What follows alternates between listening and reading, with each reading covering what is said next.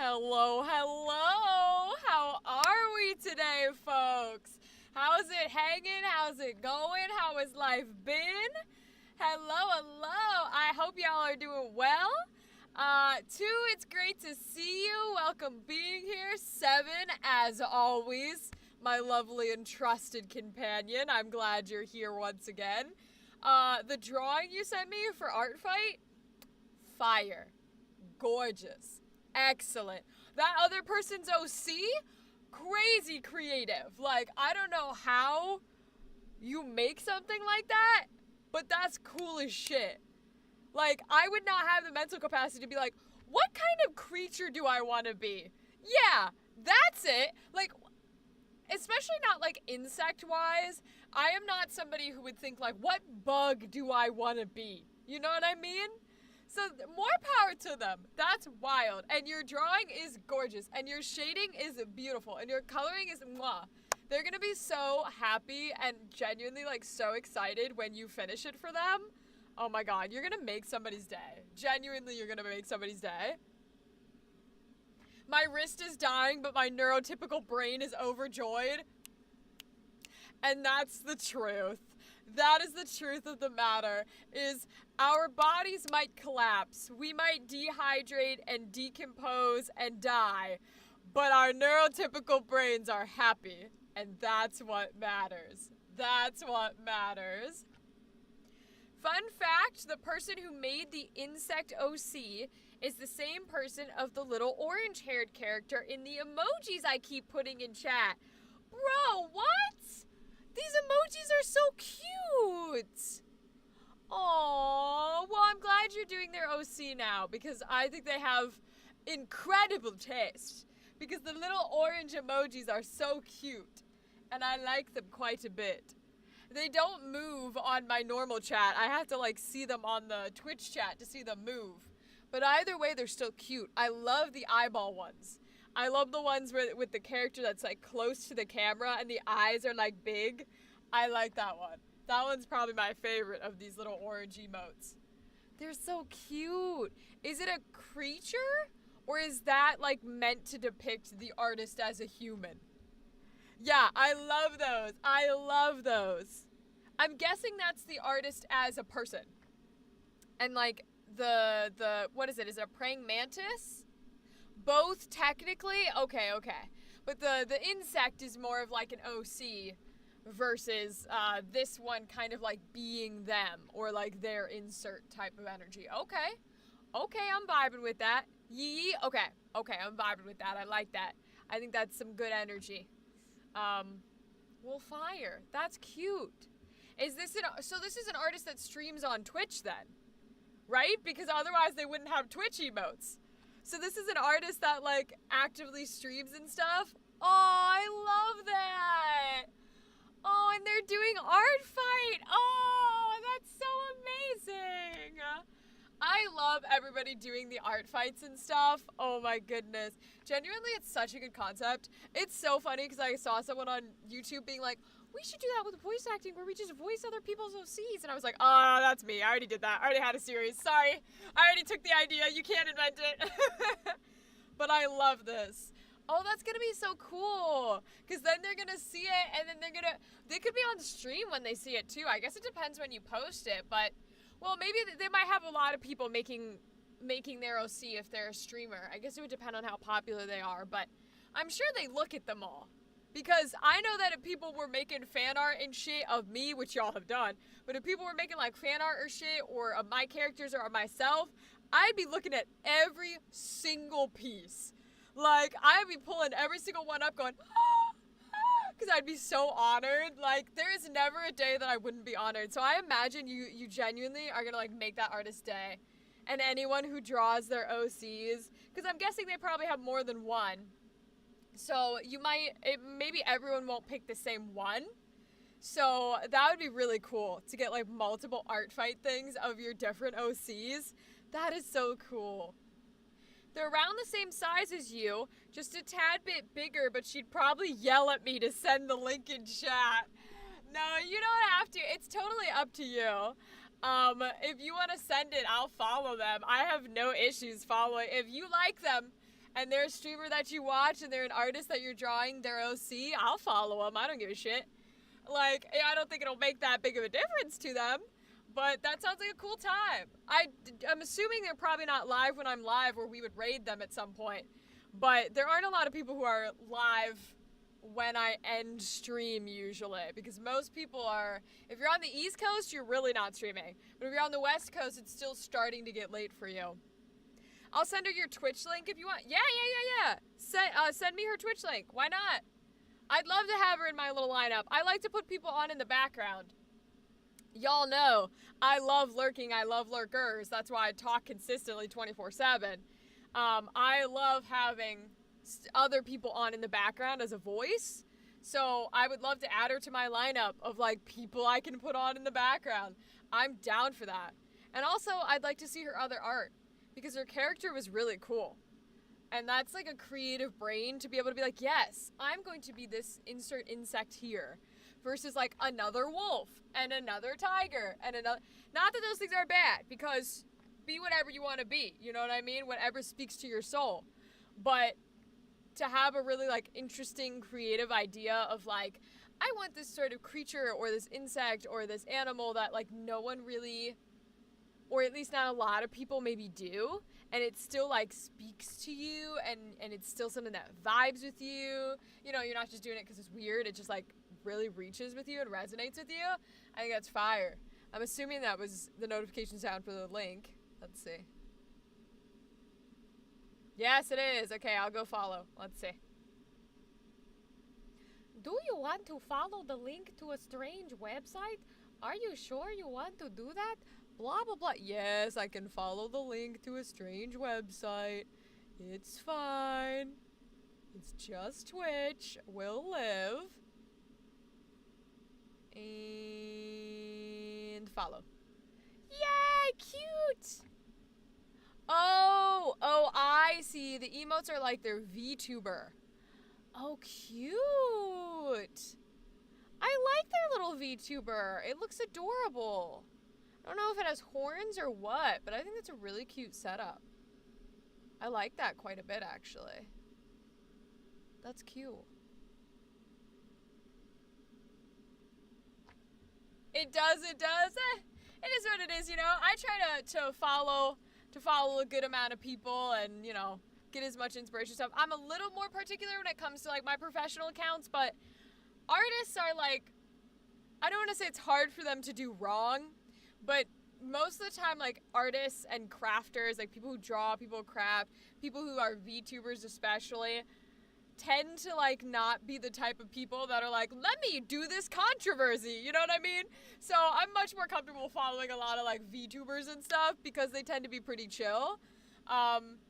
So that's fine by me. And she looks like a cute artist, so why not? She made a joke the other day saying how her model was like 13 different random animals on a human-made base. I love that. I love that she was like, I can't pick one particular species to represent me, so I'm just gonna pick like 10 different ones and take a little piece that I like from each animal and use that to represent me. Because I vibe with that. I feel that, you know? Sometimes you're like, well, I want it to like have 4 legs, but I don't really want a tail, but I kind of want horns, but I don't really want fangs. Things like that, you know? Like that's me when, like when I go to play like D&D or like Baldur's Gate or some things, people who only know me and don't know me in the context of like, even people who know me in the context of nerd shit, their immediate thought process when they're like, oh, what are you playing? They're like, oh, let me guess, you're like, what, Dracona or whatever it is? That's like the Dragonborn. They're like, you're a Dragonborn, because I like dragons. I'm like, I don't like the way Dragonborns look. I don't like the fully scaled, like backwards horns, thick ass tails, claws for hands. I'm like, I will never play a Dragonborn. I just don't like how they look. So it's like one of those things of like, if I could take bits and pieces, and they don't have wings. Wings are the best part. So like, I totally understand being like, I want specific aspects of each animal and creature and insect and to mesh them into a way that I like versus animal. Like, no, I don't want that. I want to be able to pick and choose and mix and match like we're playing one of those old games on Girls Go Games where you like drag over the clothing and the hairstyles and you do the makeup all weird. That's what I want. Sending you her Artfight links, you can see her OCs and attacks and defenses on there. Okay, let's see.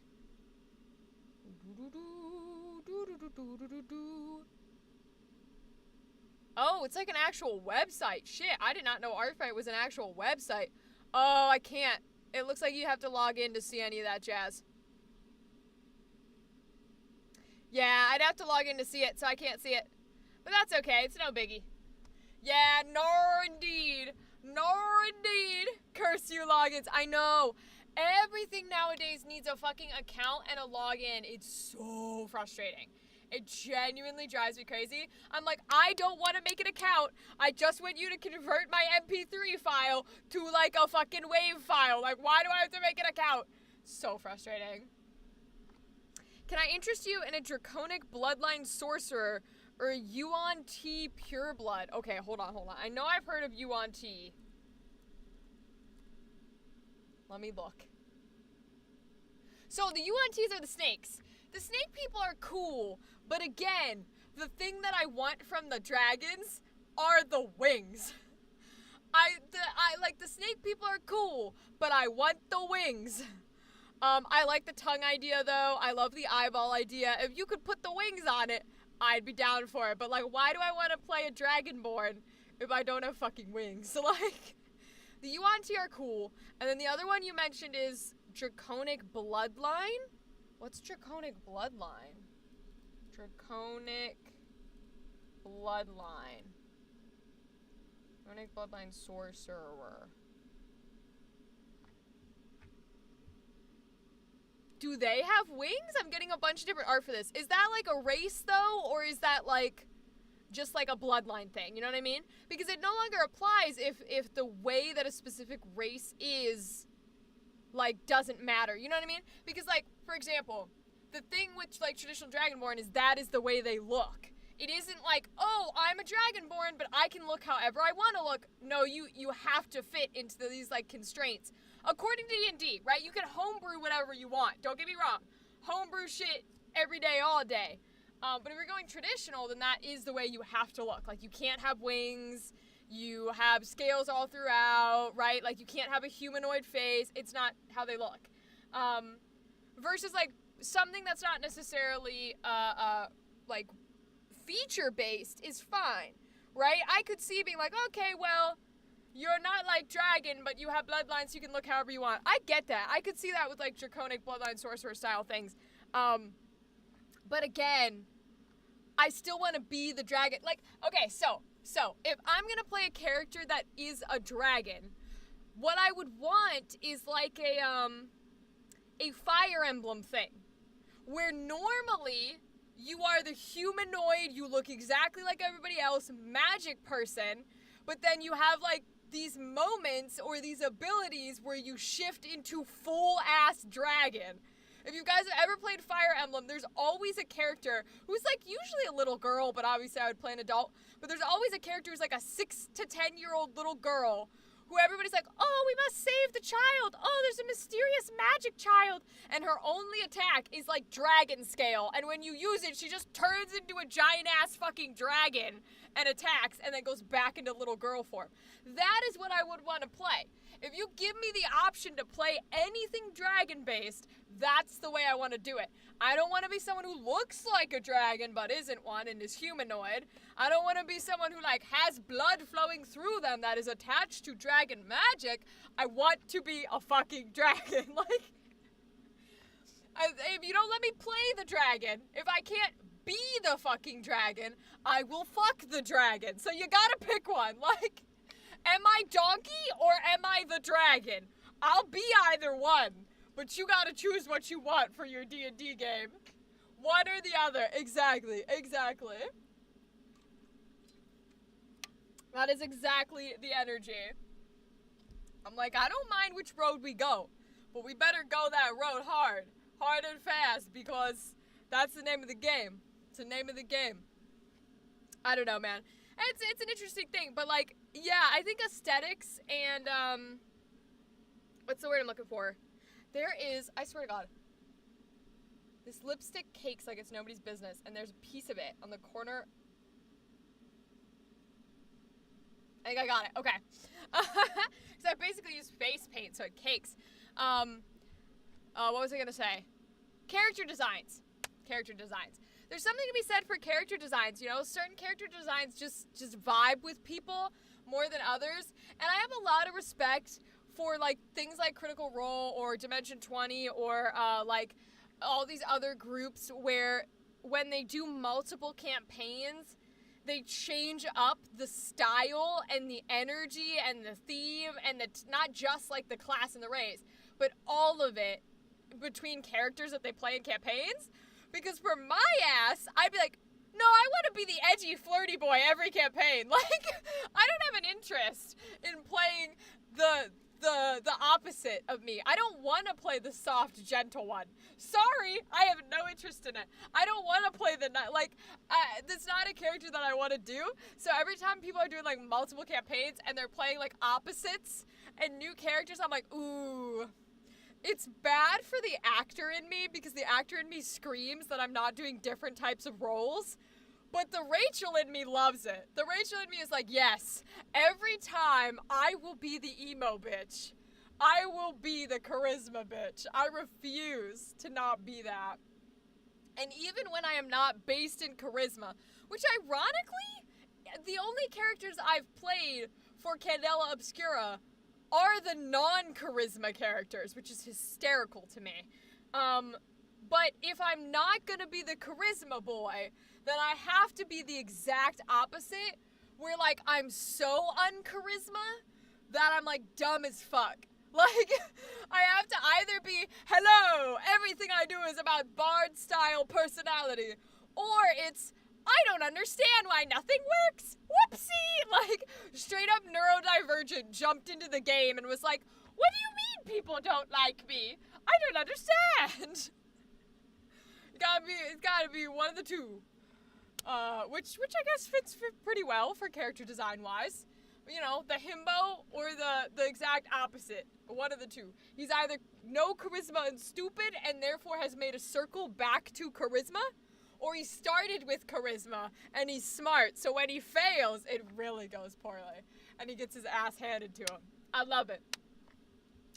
I don't know, man. That's just kind of my shit. I will be honest, though. Personally, I don't care when it comes to D&D about, like, race or species at all.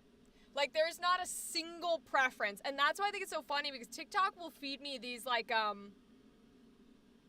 you know the videos that are, like, guessing you're such and such based on what race you are in D&D, or based on what class you are in D&D.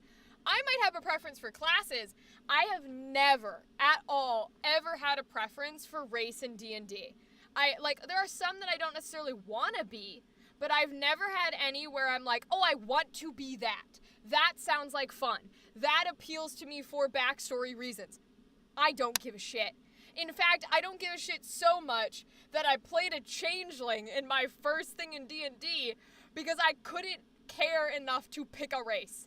I was like, if you force me to pick, I'm going to pick whatever aligns stat-wise with the character I want to play, and I don't particularly want to mechanic base it like that, so I'm just going to be a changeling. Hi, Gothic! How are you doing? How was your yesterday? I hope everything's been well. There is a make some noise prompt, a nat 20 versus a nat 1 charisma check. Oh no! Actually, that's a great prompt. I don't think I've seen that one. I might have and I just don't remember it, but to be honest, I feel that energy. Because the thing is, though, I think it's funny when you have a character who is inherently bad at a skill and then they nat 20 it. I think that is better than nat 1ing in a skill you're bad at because, and Gothic Richard, I'm glad you're doing well. Good. But I think it's funnier because you will instinctually go into the ability check trying to do something stupid, but then when you succeed, your GM has to be like, how in the hell do I justify the villain giving you what you want with how poor of an excuse you just made? Like, if you assume you're gonna fail the charisma because you're bad at charisma, so you go in character-wise being like, we were not stealing your things, we were coloring them with paint. Right? Really stupid excuse. And then you roll a nat 20. Your GM now all of a sudden has to be like, there's no way in hell he would believe you, but why does he believe you? Like, literally pulling a Jedi mind trick is what happens because you're like, how the fuck do I do this situation right now. You rolled so low, or you rolled so high, but your stats are so bad. For me, it's dexterity or strength. Gothic, I feel that. See, that's the big thing is, like, don't ask me what's the race I want to play or what's the class I want to play. Ask me what the stats are I want to play. That's the real question of D&D. I want a super high charisma, a super low, like, strength. That's what I want. I don't think I ever want to be the high strength character. I don't want to be the punchy, the hitty, the kicky. I'm not interested.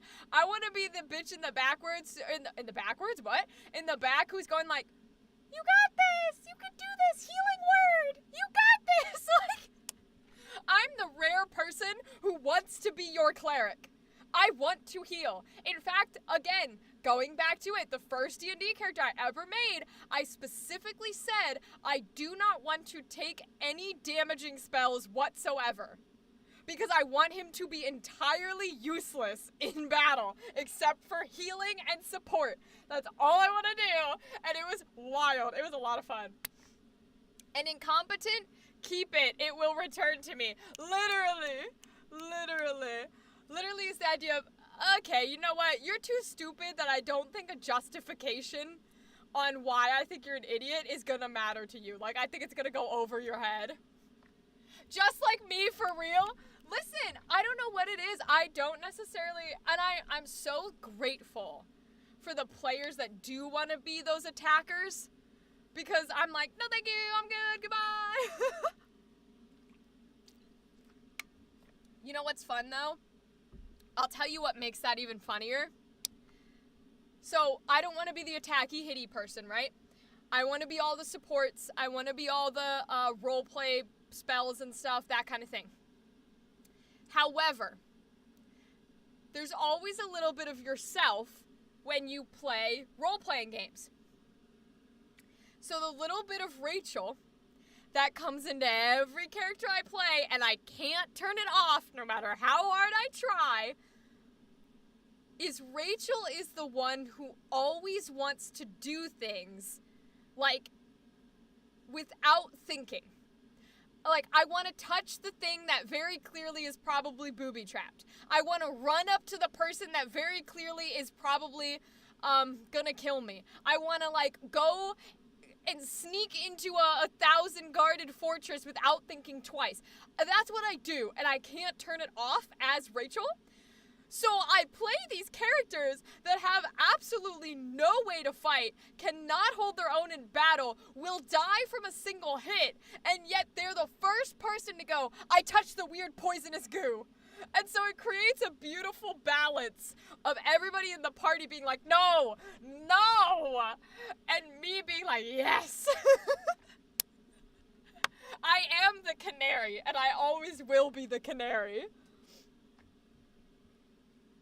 So basically a rat, literally, I am a rat. If I ever play a druid, all I will ever do is turn into rats. Because that's just the type of character I play, is one that touches everything. Hey, Ghosty, how are you? How have you been? What's up? Tell me a fun fact about your day, or yesterday, or any day. You think that's bad? I did worse? Gothic, what did you do? Gothic, I have to know what you did. Tell me how bad it gets for you in D&D. I have to know. I love talking about my silly little D&D adventures. It makes me so happy to be a part of this community. I am okay just dying? Okay, well that's fine, you know. You're just dying. Everything's fine. Everything good. The universe is healing. Global warming has stopped. World peace. No more hunger. You're just dying. Ghosty, I hope you're doing okay, for real, though. I send good energy your way, my friend. I send good energy your way. Oh, Lord. But yeah, D&D adventures are fun. They're very fun. It's one of those things where, like, I feel like if you don't play... Well, maybe that's not true. Because what I'm thinking is, Oh, what did you say? I heard FD&D. Oh, I love D&D. I will never not love D&D. Oh, we have an ad break in about a minute, by the way, for my Twitch people. I was a rogue.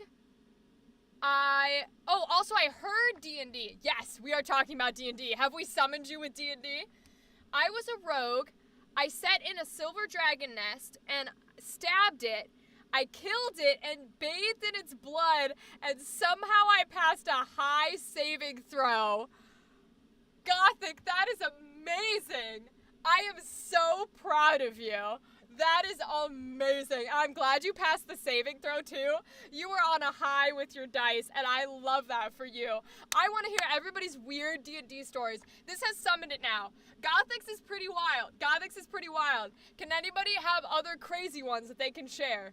Because I want to hear, and it doesn't have to be D&D. It can be any like role-playing or TTRPG or whatever. But I want to hear your crazy-ass stories. I want to hear the funniest, the saddest, the craziest, all of it. I ended up having a 5+ dragon armor skin. Holy shit, Gothic. That's crazy. Oh my god, dude. I mean, you earned it. By that point, if you're rolling that well against a silver dragon nest, you have earned it. You have earned your 5+ dragon skin.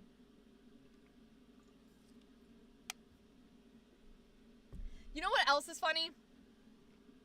So I always we've talked about characters that I build. I always somehow build like characters with abilities or powers or natural things that are like either ineffective or resistant or are the opposite of what you need for whatever scenario I'm being put into. So like, on one of the one-shots I did, I brought my, Pestilence themed a character from Daggerheart where everything he does is poison and plague and disease and, necrotic to a one-shot. And then the entire one-shot, every villain was necrotic-based. So I couldn't do anything. I didn't hit anything. Literally the entire one-shot, I never rolled high enough to hit. But it wouldn't have mattered if I did, because they all didn't take necrotic damage, because they were all against it. And I was like, of course this is what I brought to this campaign. Of course it is. That's just how I roll, apparently. Nothing but an 8+ weapon can scratch me. That is wild. I ended up being the most strongest of my group with armor, a warhammer, and a shield. And I almost could pretty much one-shot anything. My rolls were that good. Damn. I know ads are in place, so maybe they can't hear me talking, so we might have to re-talk about that. But that's cool. That's strong. It's one of those things where, like, see, y'all can be the people that are, like, beefy. You can? Okay, amazing, Ghosty. Amazing. I'm glad you can hear me, because that's fire. Where you can, like, one-shot a bunch of shit. I love that. I love seeing... I like when y'all are people who are, like, able to mechanics it a bit, where you can get in the front lines and you can fight things and you can destroy things. Because then it lets people like me play the characters who don't do that and also still live. Because it's hard to live for those of us who like to play squishy characters. But I like my squishies. And I can't be a squishy if y'all's characters don't exist. I was a Dragonborn Paladin. Hell yeah. Hell yeah. I keep hearing that Paladins are like really good classes to play, but nobody ever plays them. And I'm like, I don't know, man. I don't know enough about, like, now there's ads. Okay. I don't know enough about, like, all the different classes and the skill sets and min-maxing to be able to be like, yes, this is the perfect kind. This is not the one you want to play, etc. I can see doing it, though, because for Candela, I've done it. I've listed out each character and which are the best abilities, etc., etc. But it would take me time to do it for something as expansive as D&D. Because D&D is huge, so I don't know. Also, it's weird that, like, it gives me ad break stuff that is not on the same timeline that it gives to everybody watching. I don't know why Twitch does that, because now I'll think everyone's back when even the ads for my little account are still running. I don't know, man. It does that. Sometimes that's the way the world works, and that's just what you gotta deal with. But yeah, that's fire. I'm glad that, like, people are playing all different sorts of classes. I don't know what the official, like, D&D classes are. Oh, they're stereotyped as goody two-shoes. Oh, is that why nobody wants to play a paladin? Because of the stereotype of them being, like, the lawful good guys of the classes? I could see that. Yeah, okay. It's like a stereotype in energy type of thing, where they're like, oh, paladins are like the lawful class, and they're not fun because they want to do everything by the book. Okay, I could see that. Because I know paladins are pretty good in, like, their stuff. I want to be a chaotic, evil paladin. I play neutral. Gothic, I feel like neutral is the way to go. I feel like nowadays we're so much in the stream of, like, nobody really wants to be good or evil. We just kind of want to be neutral because we want to be able to make our own decisions. And, like, I think it's also really hard to put terminology and the idea of good or evil onto actions. Back then it was simple because in the original days of D&D, right, it was we play heroes, we defeat bad guys.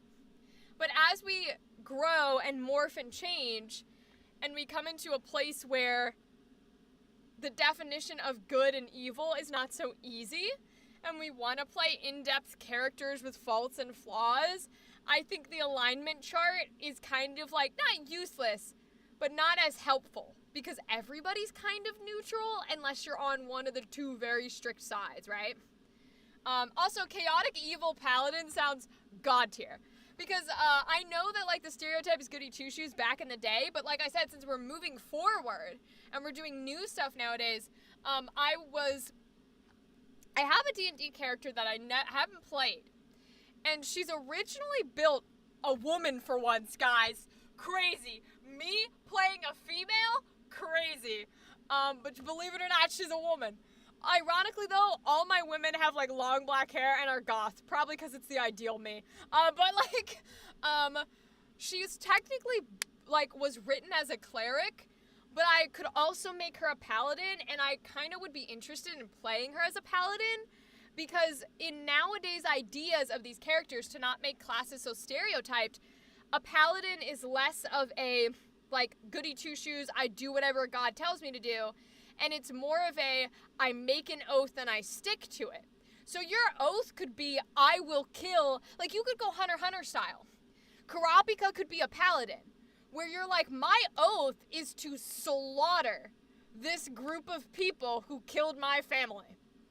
That's it, that's my oath.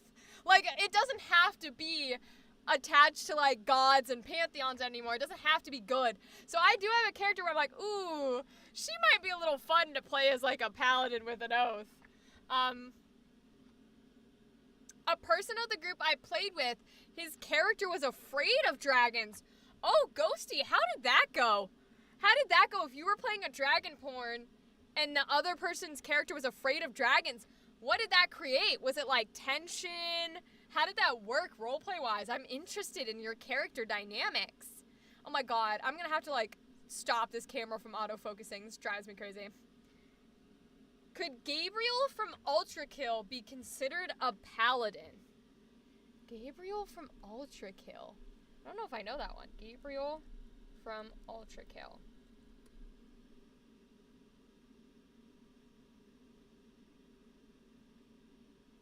He certainly looks like one. I don't think I know his personality well enough, but he definitely looks like one, I'll give you that. Yeah, paladins technically in modern day and age are just oath keepers. That's it.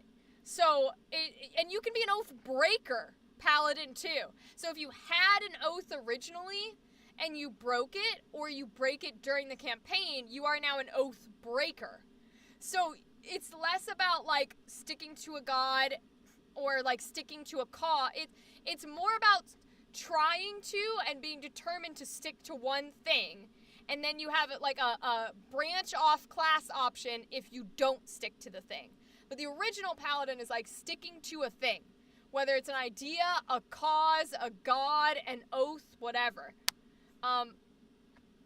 Most of his spells went to me. Oh, ghosty. Like healing spells or damage spells? Because those are two very different vibes. Making her a paladin would make charisma her primary stat, as you probably know. I don't know. I'm not that good with D&D stats, but that sounds like fire. Charisma's my shit. I might make her a paladin now instead of a cleric. I might make her a paladin simply for that fact. Uh-oh. Uh-oh. What was your character's name? I don't name my characters until I play them. So she does not have a name, because she's never been played, because I have not been on a D&D campaign. But she was, the idea for the original cleric thing, and the reason probably why most GMs would hate every character I bring, because that's the point of my characters. I like creating characters that game masters hate. But her game master hating trait was that secretly she was a god. And I don't mean like Asimir, bloodline of the gods, child of the gods. I mean literally a god, but not one that exists in like traditional D&D. It's she would be like the god of passage, not time, but like passage. So it kind of involves time. It kind of involves like, but it mainly was for like life to death. So like a purgatory stance, kind of like God of Purgatory style, but it's passage. But she didn't know it. So the idea was originally when she was a cleric that she prays to a god to give her something, and the god gives it to her, but she doesn't know who she prayed to because she just called out to anyone. So she was trying to figure out who she was a cleric of. So, but that works with a paladin because she can still think she prayed to some random god and she's trying to figure out who she prayed to. But in reality, she didn't pray to anyone. She made an oath to herself, who is the god. And that's sort of like the power goes back in a circle type of energy. Want me to send some of Gabriel's speech lines in case that help? You can, Seven, but I don't know if I know without playing the game. Oh, both! So you got both the healing and the hurt spells, Ghosty. Okay, fair enough. As long as they're dealing you a decent amount of both, help and hurt, I think that's okay. Mine was Nordaxian Calibri. That name is so cool. How did you come up with that name? That name is so fucking cool. Damn, I wish I had that energy to create names like that. The campaigns I played in was kind of made up. Yeah, Gothic, I prefer a lot of homebrew ones or made up ones versus like the lore. So I support you in that. I agree, Gothic. I like those campaigns. Sounds like the Raven Queen. Sounds like Psychopop. Yeah, it's like an interesting mixture of like, I wanted a character who didn't realize that she was kind of like pulling her own strength from within herself, but I wanted it in a literal sense. I almost was going to argue for Warlock, as if she is her own patron, but in that frame of mind, I think Paladin works better because the magic from a Paladin comes from the oath that they make. So if she's making an oath to herself, then she is her own power. So that's why I was thinking Paladin. Hello, Emma Art K. How are you? How are you? Welcome, welcome. I hope you're doing well. We are talking about D&D and classes. Are you a D&D person or a role-playing person? What characters have you made? What classes have you played? Please tell us. These are copy-pasted. Machine, turn back now. Layers of this palace are not for your kind. Turn back or you will be crossing the will of God. Your choice is made. As registered with the Father, I shall rend you apart. You will become inanimate once more. Yeah, he could be a paladin, Seven. I could see those lines coming from a paladin's mouth. Easy. Easy. But they could also come from a cleric's mouth. Because there are a lot of clerics. There are like Warforged, not Warforged, but there are like war-based clerics that are specifically like damage dealers. So I could see that. That one character ended up becoming a god after playing with it for over a year. Cool! Gothic, I love that. That is very coded with like how I was talking about gods. That is fire. And I like that it happened, like, over time, right? Instead of just immediately, you were like, all right, let's build into this over a year of playing. That's cool, Gothic. I came up with the name since my Dragonborn type was a toxic type. Ooh. You're like me, Ghosty. I love playing, like, mean characters. And that sounds so bad, but I love playing rude and mean and snippy and snarky characters in roleplay and in D&D. Those kind of characters, oh, they're amazing. I like being conflict, and I like giving the other people I roleplay with something to emote off of, right? Like, I am okay with being the person who gets yelled at, who gets, like, said bad things to, who gets taken their anger out upon. And I think that doing that can be a nice outlet for other people who maybe want to roleplay those things, but a lot of people playing D&D and people playing role-playing aren't comfortable with being the one being yelled at. So I'm like, no, give it to me. Tell me how shit I am. Let's go. Like, I love that shit. Brennan Lee Mulligan has a character from a series of one-shots who is a warlock who is his own patron. I didn't know that, Theta. Wait, I swear to God, I didn't know that. I did not steal the idea from Brennan Lee Mulligan. I would never. I genuinely had considered just she was a warlock who is her own patron. I just didn't know that that would be a thing. I had no idea that that could be an argument, because to me that automatically becomes a paladin. But that's fire. Like, that's pretty cool, and I would love to try and argue that. I think that's so cool. Spellcasters becoming gods when they reach level 20. Literally, Dadley. Literally, like, if I'm playing somebody with spell capacity, I want to be a god by the end of the campaign. I want to be in charge. I don't care if the rest of my party has to kill me because I made evil decisions. I just want to be the all-powerful, like, king of everything. It is my fantasy. Let me live it. Like 20 million, like, animals and dragon warriors by my side. And I'm just like, yes. And not dragon warriors as in Kung Fu Panda. Dragon warriors as in actual dragons. Not like 20 Kung Fu Pandas next to me. Oh no. Oh no. No, like his powers were toxic. Oh. Interesting, Ghosty. That's actually pretty cool. I mean, but also that, yeah, but, like, that's cool. The idea of, like, his powers themselves being a little bit twisted, being a little bit hard to handle, I like that. That creates an interesting dynamic, actually. I mean, I guess that's kind of, like, the core point for a lot of characters is a lot of characters are, like, have this innate, really strong magical power, but they don't necessarily know how to control it, or it, if they aren't careful with it and they don't have enough training, it could take over them, and it could, like, cause bad things. They could lose control. I mean, like, I think of, like, Avatar, where Aang's a lovely human, perfectly, like, lawful good baby, but he still, like, burns Katara with firebending because he can't control it. So that's kind of interesting, actually. I like characters that are just trying to learn how to use the power inside of them and not be, like, a horrible person.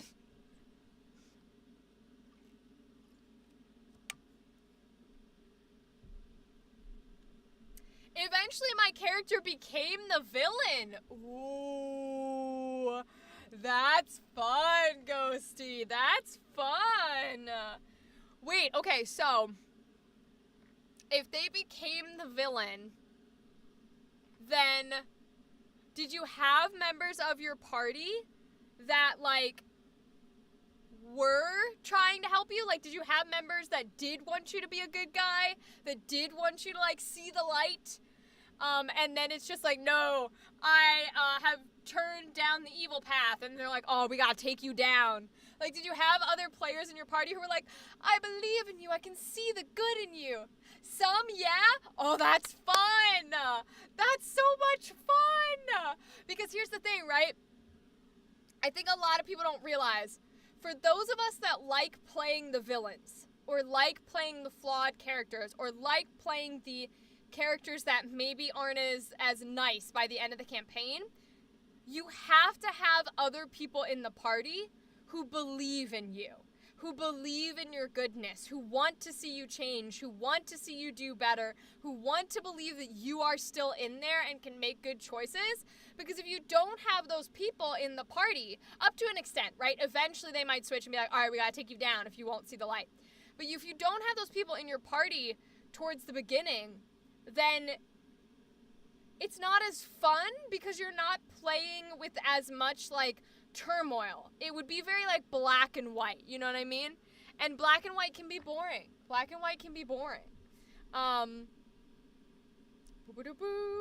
on. My nose is running.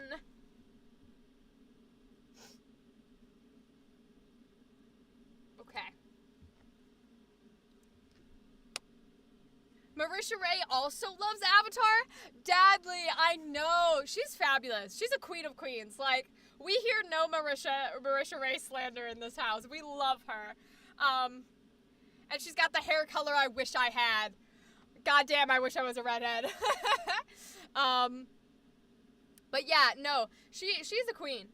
And I remember when the Avatar show on Netflix, the Shall Not Be Named show that I haven't seen yet because I still can't handle how bad it is. I remember when she was posting on her story her thoughts, and I specifically skipped them, and I was like, I can't do it. I can't talk about it because I'm going to hate it so much.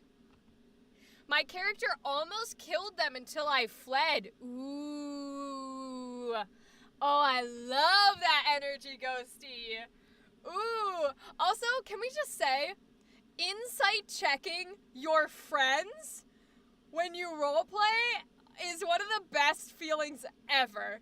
To be able to be like, I don't trust you and I don't believe you, I'm fucking insight checking you to people who are your friends and members of the party. Oh, I love that.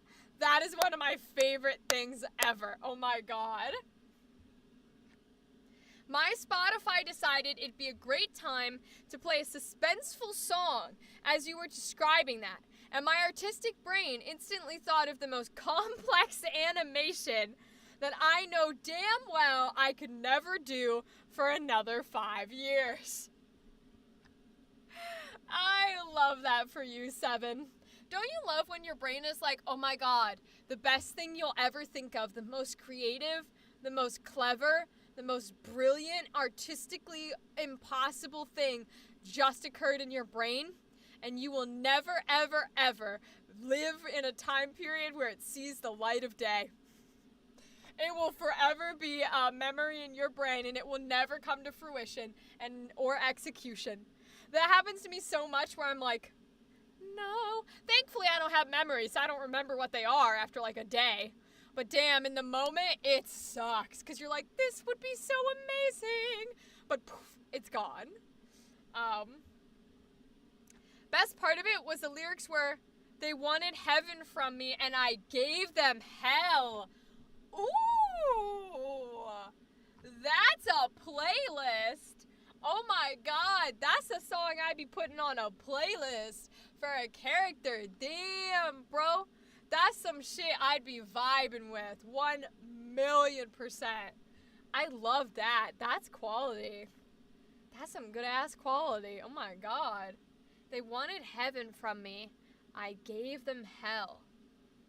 Song is Finale by AJR. Okay, because that's a damn good line. I love when lyrics are killer like that. Oh, I'm such a lyric girly. God, I love lyrics so much. I think my character took start his villain arc too seriously. That's like, okay, so we all have, there are all different types of D&D players, right? We have discussed mine. The start his villain arc too seriously is what us who like to play villains do, right? That's the horrible stereotype for us. Have you ever met those players that are the players that take the be gay, do crime too seriously? Where any chance they get, they're like, can I try to steal from them? Can I try to steal that artifact? Can I try to steal that knife? Can I try to steal? And I'm like, bro, You take be gay, do crime a little too seriously. But I can't say jack shit, because like you say, Ghosty, we take start their villain arc a little too seriously. I love the band AJR. Hey, Seven, you got a friend. Dadly out here, you guys be vibing with AJR. Let's go, let's go. Does that stand for anything, or is it just AJR? Because I don't think I've heard of them before. Unless they've got TikTok songs. Because I swear I get fed so many TikTok, like, short clip songs, where I'm like, oh my god, this little clip from this song is amazing. I'm gonna go Google the artist in the song. I'm gonna add it to my playlist. And so I Google it, and I find it, and I listen to the whole song. And the whole song's not good. The only good part of the song was the little clip that went viral on TikTok. And I'm like, ooh, okay, maybe I won't add it to my playlist. My character knocked out 3 of the 4 of the group. That's when they gave up on me. Yeah, I think that's justified. That sounds a little like a rightful decision. Is you know, when you take out 3 of the other 4 members, they're like, all right, bitch, you the villain now. We fighting you. Like, I'm down for that. AJR is the lyrics of the 3 dudes, not lyrics, initials. Oh, okay. AJR is the initials of the 3 dudes that make the music. The name of the band members are Adam, Jack, and Ryan. Oh, okay. That makes a little more sense then. So I was like, I wonder what that stands for, if it's just... I mean, I guess you can have letters and not have it be an acronym for anything, right? Like, could just be letters, which is fine. It just doesn't usually happen. Usually it stands for something, so... Okay, stands for the names of the band. Well, fire. I'm down for that. I'm gonna bust out some gummies, because I'm already feeling it.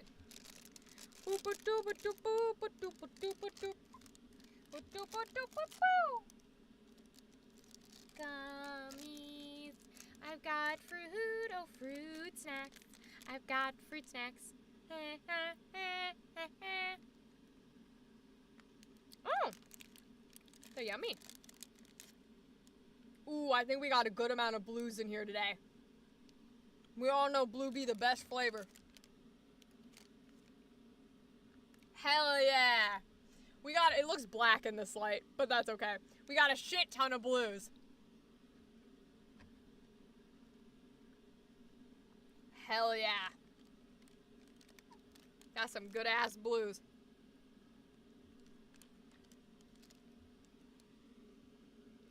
My fave song by them is called Weak. Interesting. What's that one about? How does that one vibe? How does it stand up lyric-wise?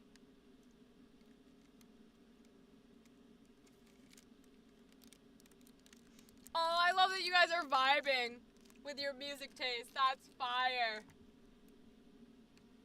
That's fire shit.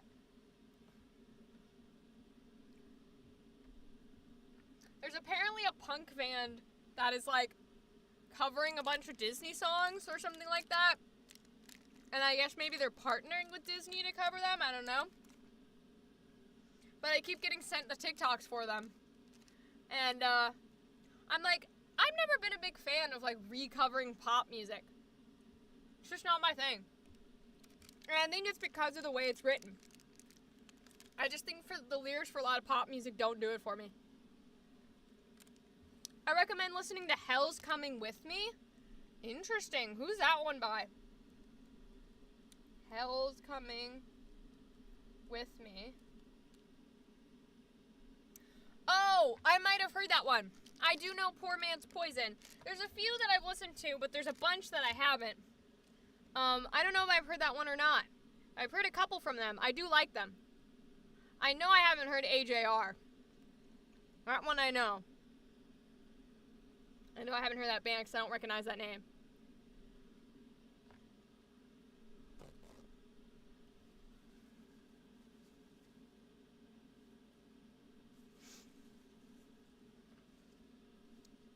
I'm weak, and what's wrong with that boy? I love it when I fall for that. Ooh. Is that a lyric? That's a good-ass lyric. Okay, so I might like AJR then. Yeah, it is? I might really like them then, because these are some good lyrics. Yee? Okay. Damn. I do love me some lyric babies. You can have some music that ain't in my genre, but if you got some good lyrics, ooh, we vibing. They're like, especially if they're like little pieces and parts that like scratch that neurodivergent itch where they're catchy. Oh, if you got catchy lyrics, we're talking. Like that fucking Hosier line or whatever it is that was going viral on TikTok. That's like, I take my whiskey, neat. I'm like, God damn it. Why you gotta make catchy lines like that? I don't listen to your shit, but why you gotta make catchy lines like that? Because now I wanna. They have a song called Don't Throw Out My Legos. Bro, what? What? That's crazy. I don't even think I want to know what that one is. Don't throw out my Legos. That reminds me of like those videos, because there was a thing for a while of like Reddit posts or videos or something of women being like, oh, he has a man cave where he keeps all his stupid little things and his little like action figures and shit. And I'm like, if you are a horrible ass shitty partner if you make fun of somebody's interests like that. I don't care how old they are. I don't care if their interest is My Little Pony or Marvel Comics. You are a shitty ass partner. If they have things that they love and you call them stupid or ugly or childish or weird, like, go fuck yourself. Like, unless it's something really bad, like morally bad, go fuck yourself. Let people like what they like. Stop judging people. My God. AJR is super fun and catchy.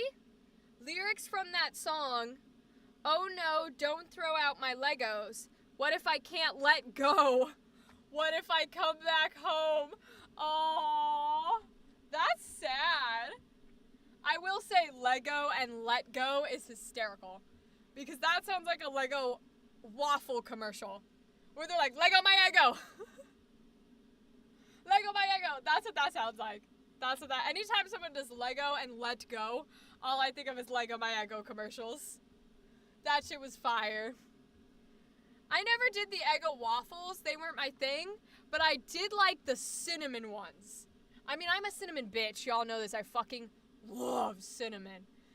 So the little cinnamon toast waffles, that was my shit. I would love to eat those again, actually. They're such a nice, easy breakfast. They're honestly a nice, easy snack if you've got a toaster, but I don't have a toaster.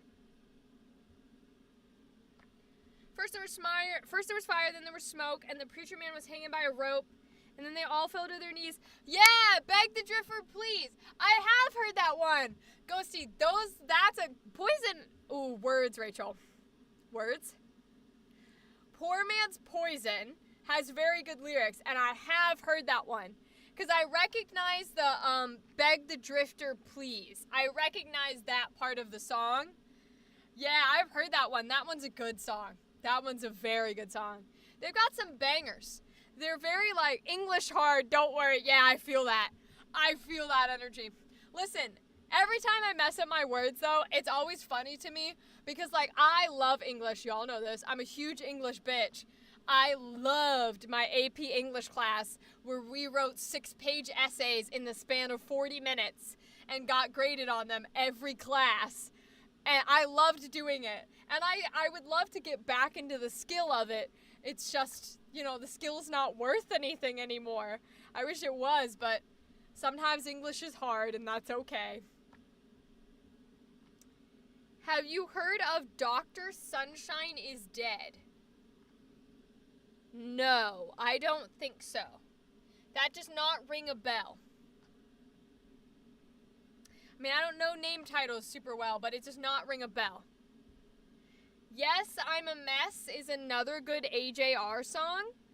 Damn. Alright, I'll just have to check out these bands. Because you guys are giving me some pretty good recommendations. And they all seem to have some pretty good lyrics. And that's what I vibe with the hardest, are some good-ass lyrics, so okay. Vibing to Hail the King? Hail to the King!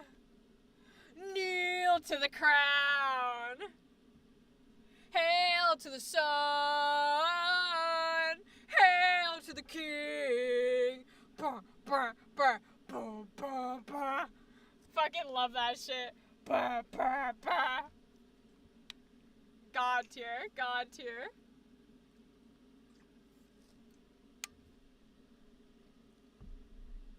Sometimes I wish I could growl that low. Not sometimes, all the time. Lyrics to Dr. Sunshine. I'm not the sunshine, I'm not the moon at night. Who else could I be when I can hardly see? I'm not the sunshine, I'm not the moon at night. I'm no one if I'm nowhere in between. Interesting. That one piques my interest a little less, because I feel like those are a little bit of nonsensey trying to be cool. But if it's AJR, I mean, maybe if I just listen to a couple of the band songs, then I'll know which one I like. Peyton Parrish does Disney rock covers. Peyton Parrish. I only know about the OG Kings, which is Caleb Hyles and Jonathan Young. I don't know about any others. Interesting. Okay. Okay, I guess I'll have to add him to the list. Yeah, he seems like he would fall into the same category as those two. Okay. Later in the songs he's saying, I will be my sunshine, I will be the moon at night. When I can't fucking see, I'll be my sunshine. I'm nowhere now, here's no one now to be. Will Wood and the Tapeworms. Okay, so this is a new band. This is a new band. Okay, so we'll have to try to listen to them too. I love getting recommendations, even though, I'll be honest, I never listen to them. And I never watch the shows people send me, because I'll write them down and then I'll just go back to my tried and true because you have such a limited amount of time, you know what I mean?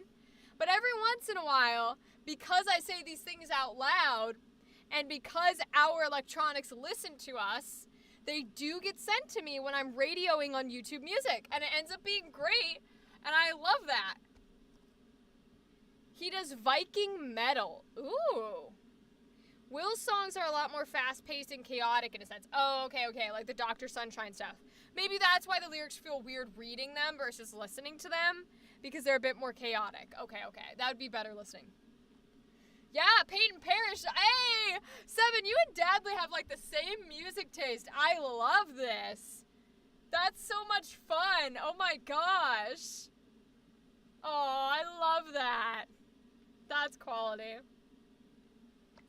That's so funny because, I don't meet a lot of people with my music taste, but it's because my music taste is, less, it's specific to songs, not, bands. So it could be, insert the Avenged Sevenfold here, right, Hail to the King, and then the next song is, a musical.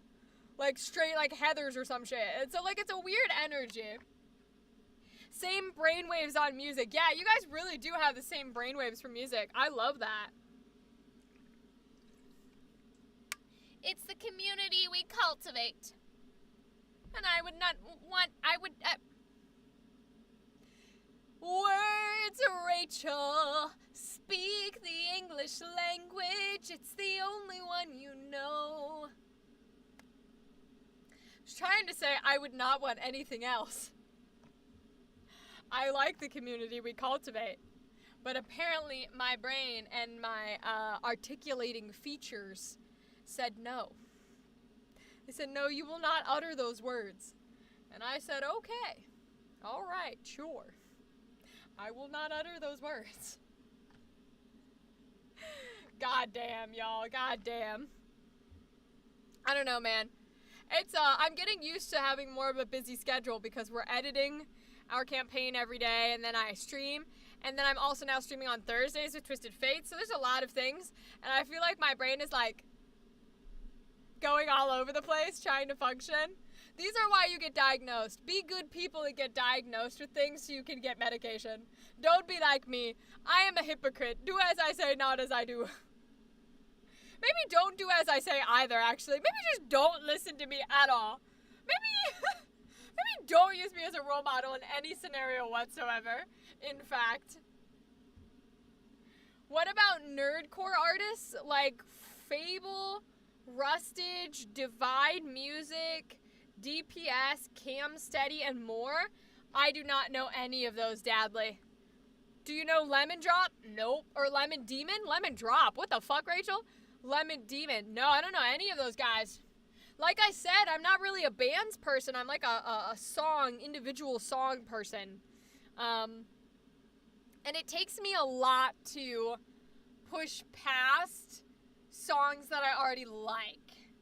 Like, to jump into other people's bands and groups and stuff, it takes quite a bit for me to be like, yeah, this is what I want to listen to right now. But I'm glad y'all have a whole ass list.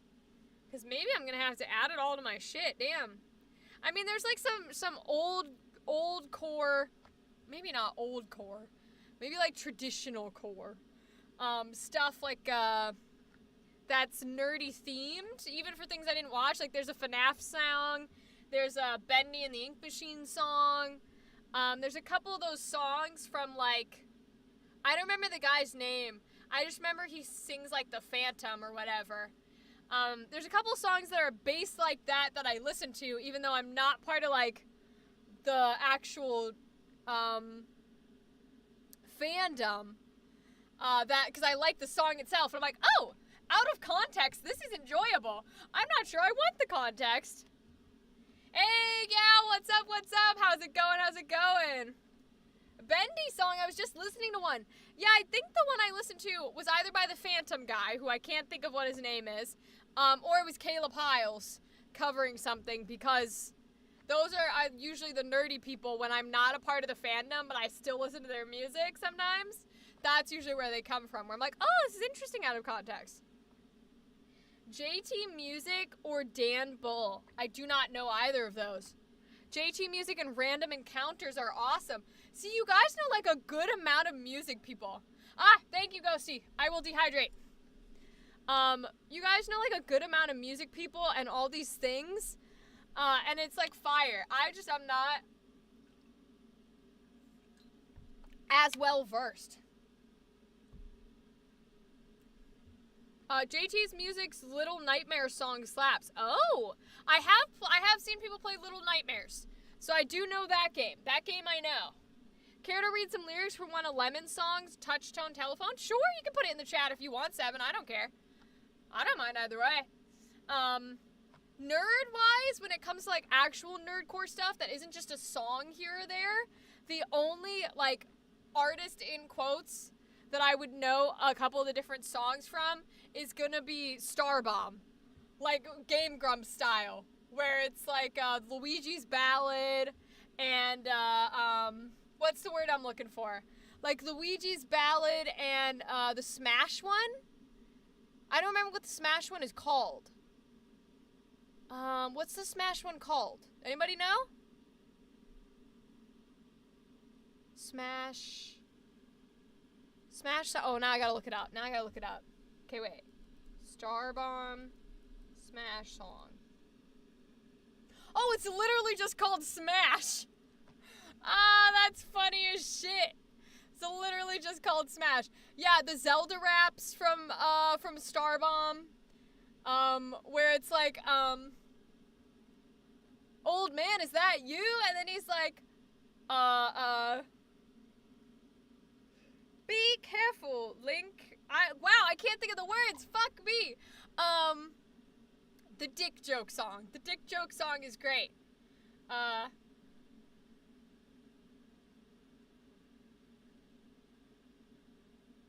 damn, I can't remember the words. Holy shit. Wait, I'm so upset. Starbomb Link song. I'm so...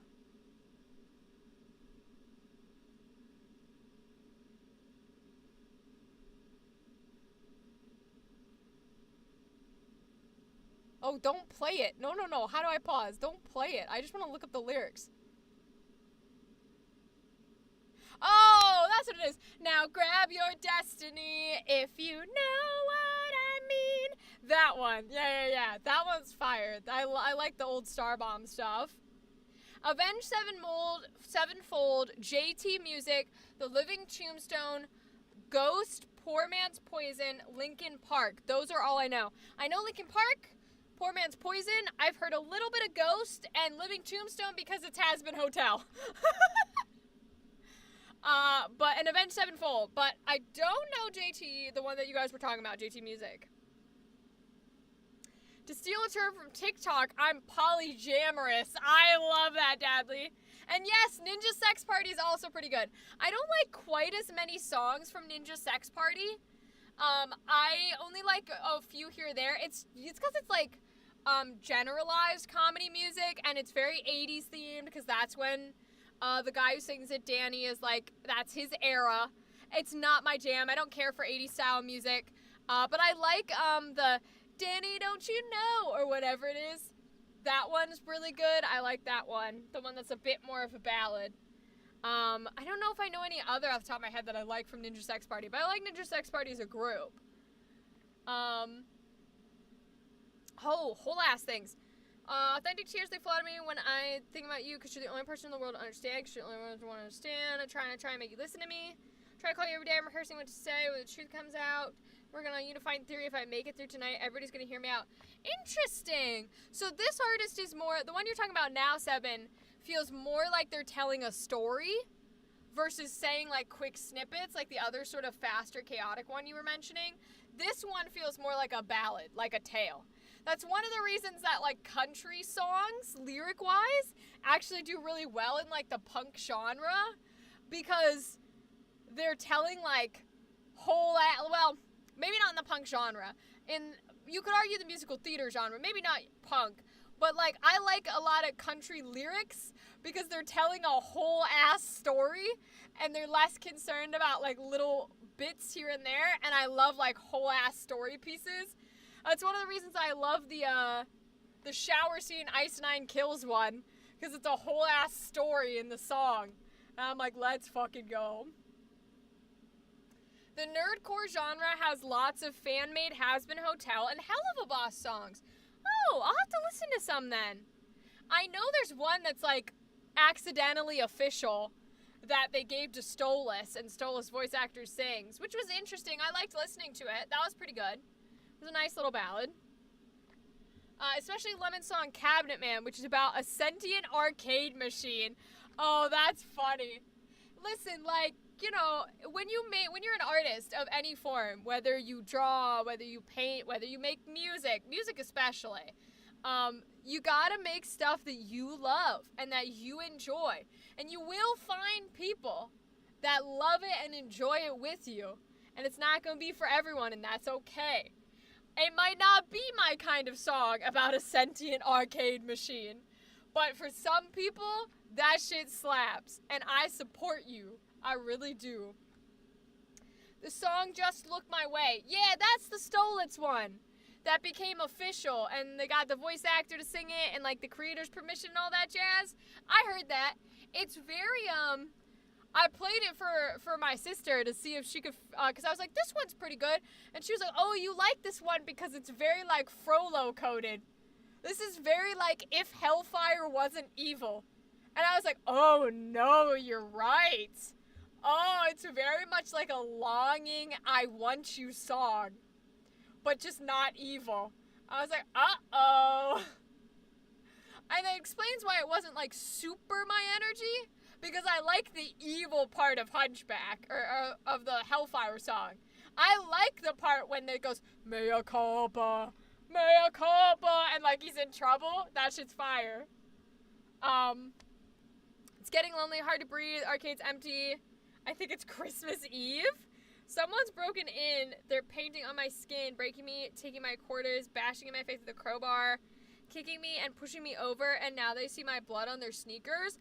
Oh, so it's like anthropomorphized. Interesting. Okay, I'm down with that. I'm down with anthropomorphization. I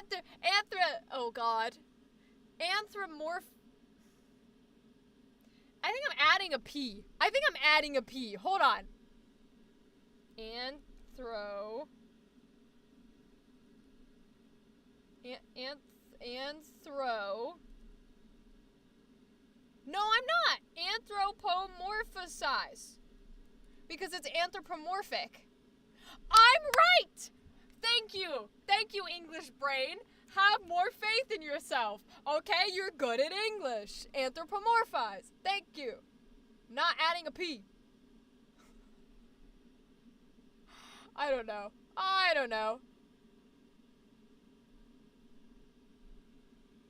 Kind of the next part after is, you can't win me, I can't be beat, and I won't hurt you unless you cheat. You can't see me behind the screen. I'm half human, half machine. Oh, that gives me very, like, I know it's not the same energy, but half human, half machine gives me old-fashioned, the old punk song that's like, I am machine, I will never sleep, I keep my eyes wide open. I am machine, a part of me wishes I could just feel something. Here's to being human, all the pain and suffering. There's beauty in the bleeding, at least you feel something. Boy, I did not realize my brain still knew all those lyrics. 12-year-old me really busted that song, huh? We were really flaming with that song, okay. You know why? That's one of the one where the lyrics stuck in my head? I'll tell you why I memorized it like 10 years later. Because those, when I first got into that kind of music, I only watched AMVs.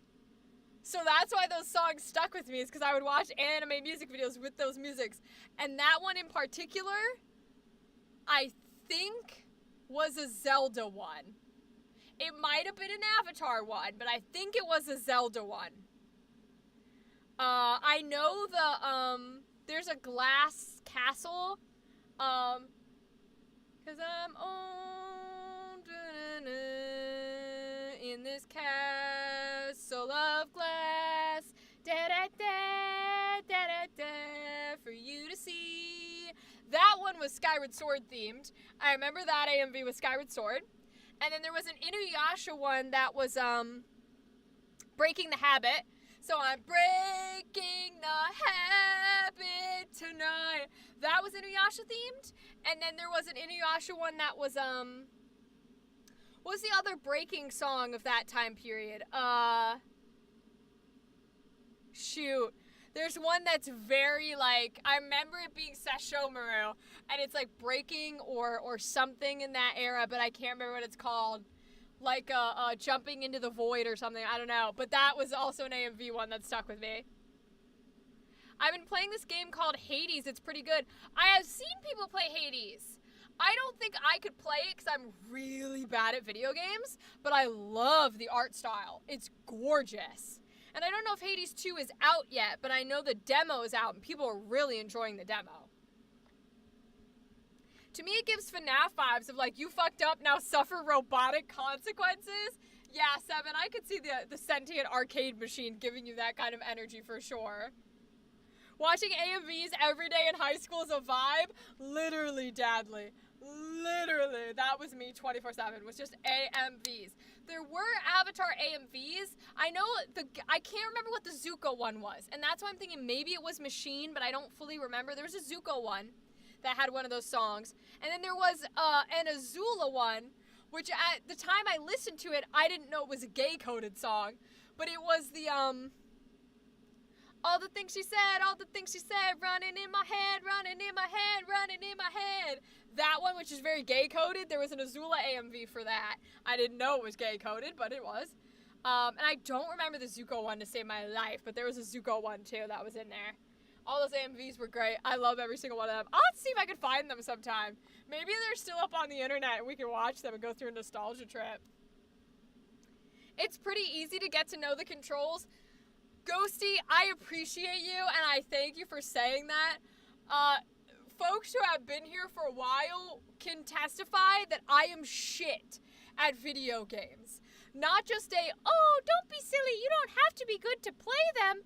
Haha, you're saying you're bad. But legitimately, we play things like Jackbox, and I forget to vote. and I have trouble answering the questions, which is just typing in an answer because I'm very, very bad at video games. That's not to say, it's it's not to say I don't play them. It's just, because I always have one prepared. Like, for example, right, if people don't chat too much, which is always fine, I have Bait and Kaitos ready to go. But I play it on Joy-Cons because I'm a Nintendo bitch. And even on the Joy-Cons, because the Joy-Cons are inherently slow, I'm playing a PC version with my Joy-Cons.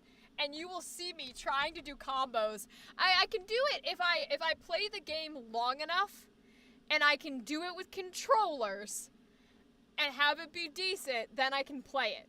But I've never been able to do keyboard stuff. My brain just can't wrap my head around it. I play on Xbox? Okay. So I could probably learn it then. It would take me a while, but I could probably learn it if there's controller ways to play it. Homegirl would fail a point and click. Literally. Listen, this is not a joke. You want to know how bad I am at video games? Rachel lore time. Redeem everything you want, Rachel lore time. I am so bad at video games.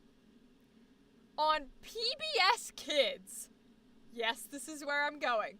On PBS Kids, there is a cyber chase. There are 2 cyber chase, point and click, like, adventure games. Story adventure games. Not little baby children one, but story adventure games. For, like 8-year-olds. To this day, I have not beaten them. Because I can't figure it out. To this day, I cannot figure out what to do in these point-and-click cyber chase adventure games for 8-year-olds. That is how bad I am at video games. Today's the day. You don't want to see it. I promise you, you don't want to see it. You know how much trouble I used to have with Webkins as a child? You do not. You know how much trouble I had with Pop Tropica? You don't want to see me try and do the cyber chase game. Don't do it. Was the Zuko AMV song On My Own or Demons? I don't think so. I think it was more punky than that.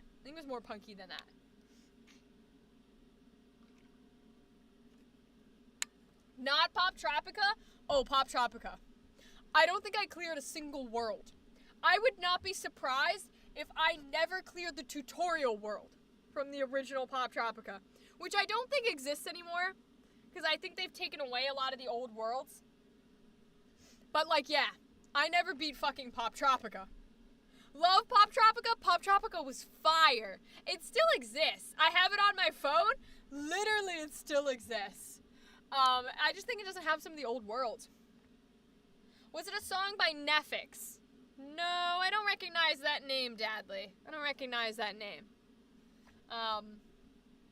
But yeah, I'm pretty bad. There's not many I play well. Now, I used to play Splatoon very well, and I would love to get back into it. But I'd have to pay for internet access, because Nintendo makes you pay for internet. And if I did pay for internet, then I would love to play Splatoon, and I could probably play that on the stream, but I'd have to relearn it, because I used to be very good. Like, very good. And then I stopped playing for, 2 years. Do I have an Xbox? No, I don't. I only have Nintendo systems. So I have a computer, I have a laptop that I run everything off of, and then I have Nintendo stuff. So a Switch, a GameCube, a Wii, a Wii U, that kind of jazz. DS. Well, I'll try and see if I can look up what the Zuko AMV was. It would have been from 2012. Oh, you know what? No, because that's from a year ago. Wow, people are still making Zuko AMVs? Crazy. The first one to pop up was Hero from Skillet. I will say, the Hero from Skillet one had a Gohan one. Hero from Skillet had a Gohan one, and I was all about that. That shit was fire. I loved the Gohan AMV for Hero. I don't know what the Zuko one was. But it had to be from like 10 years ago. Probably longer than that. I don't know. I don't know if they would still be up. I don't even know if they would still be favorited from my old account. I don't know if I did that. But yeah, I mean, I bust out Bait and Kaitos and I play it sometimes. So many Skillet AMVs. I just full on dropped that. This is why we only use full-ass water bottles in the booth, because I just dropped it. There's a lot of... Ooh, that was mucus. There are a lot of Skillet AMVs. Bottle jump scare, literally. Skillet is like all I listened to when I first started doing Pump, because I was a little Catholic girly. You want to do Smash or Pass categories? You can if you want to, Ghosty. If you guys liked that from Monday, you guys can give me categories if you want. I don't mind either way. I'll talk for as long as y'all want. If you feel up to talking tonight, sure. Whatever you're vibing with, it's fine by me. I got itchies. Okay. Feel free to give me whatever y'all got.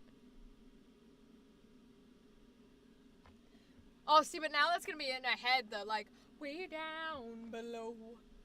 Damn. That's like Hades, isn't it? 7, choose a category. You're gonna put 7 on the spot? I love that. Fuck. Oh, see, now I said Hades Town, and now the only thing that's gonna be stuck in my head is I'm coming, wait for me. God damn it. Guinevere from a Souls game? Well, there has to be a category. You can't just say people you want to smash, gal. That's not how this game works. You have to choose a category, and then we say people in that category, or characters in that category that you want to smash or pass. We're on ads. Okay, we'll have to wait. Have to wait until it comes back. Way down below. I'll see if I can find the Zuko AMV. Let's see. Zuko AMV. Category Souls games? I can't help you. I don't play them. I do not play them. My entry, Guinevere. I love that for you. I love that for you very much, actually. You just kind of went, well, I want to say this one. So, it's the date I'm going with. Okay. Usually you can customize upload date. Video, okay. Wow, you can't customize upload date anymore. That's crazy.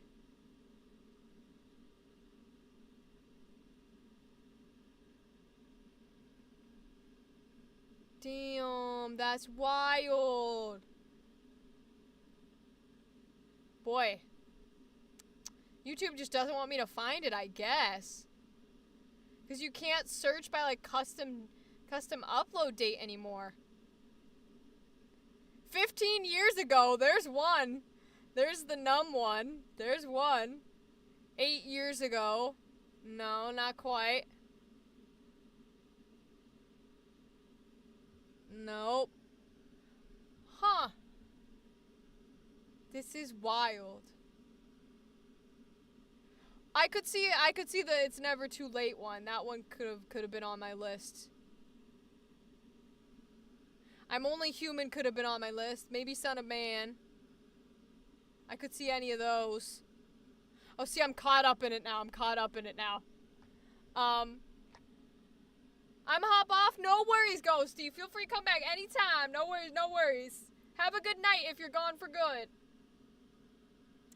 About AMVs, there's some more recent badass ones of Spider-Verse that I'm obsessed with. Specifically, two by the same person of the songs Americano and DNA. I love that you're a Spider-Verse person. That is cool. To specifically be like, nah, not just Spider-Man. Spider-Verse. We want Miles Morales. Yes, have a good night, T. Have a good night. We want Miles Morales. We want Prowler. We want our beautiful, like, trans LGBTQ icon, Gwen. Spider-Gwen. Like, this is the version that we want. We don't want the other Spider-Man versions. Not me looking at the hobby poster I have right above my bed next to the FNAF tapestry. Listen, okay, first of all, Spider-Verse, for as much credit as it gets, is not hyped enough. I'm not a Marvel person, but Spider-Verse is incredible.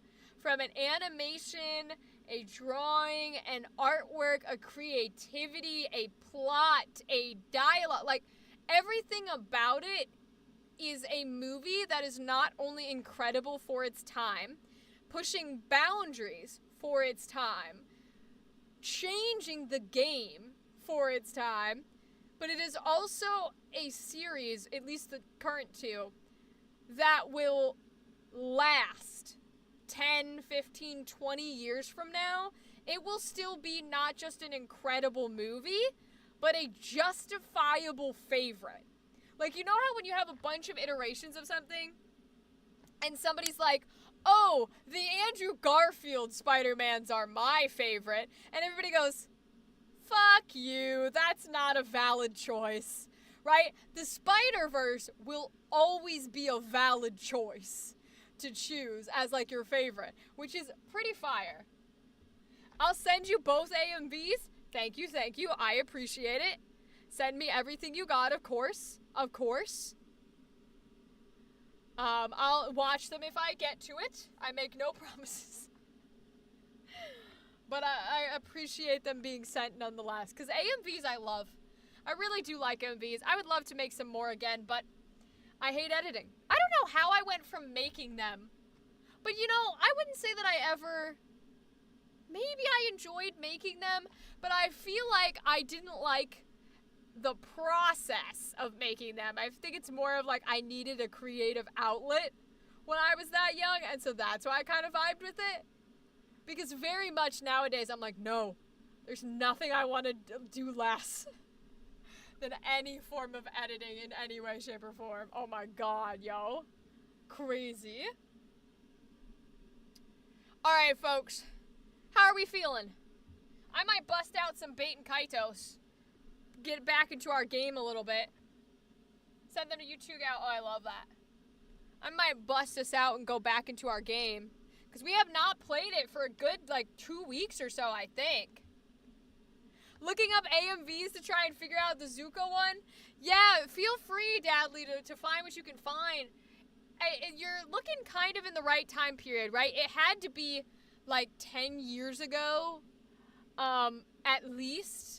Because that would have put us at 2014, if not older. But if you're welcome to put names because I would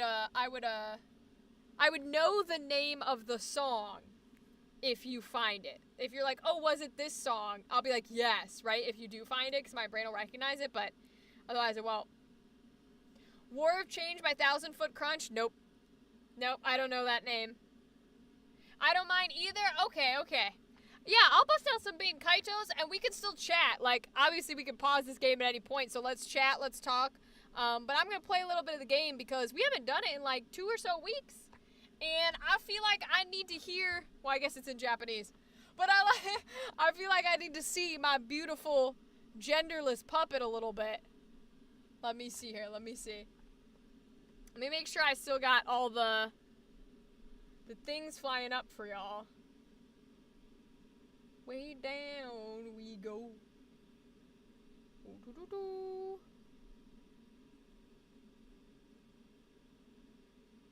God damn it. Okay. Somewhere I Belong? Is that the Mulan song? If it's the Mulan song, then no. I recognize the name, but I'm not sure.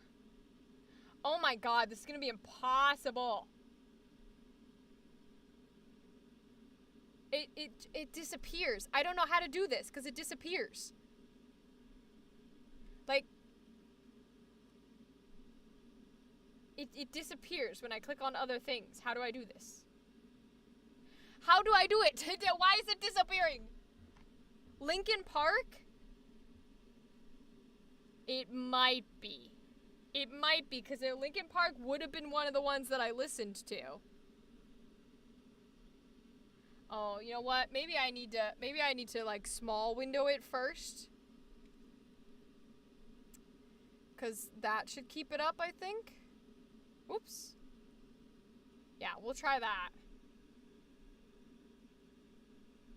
Let's see. Way down below.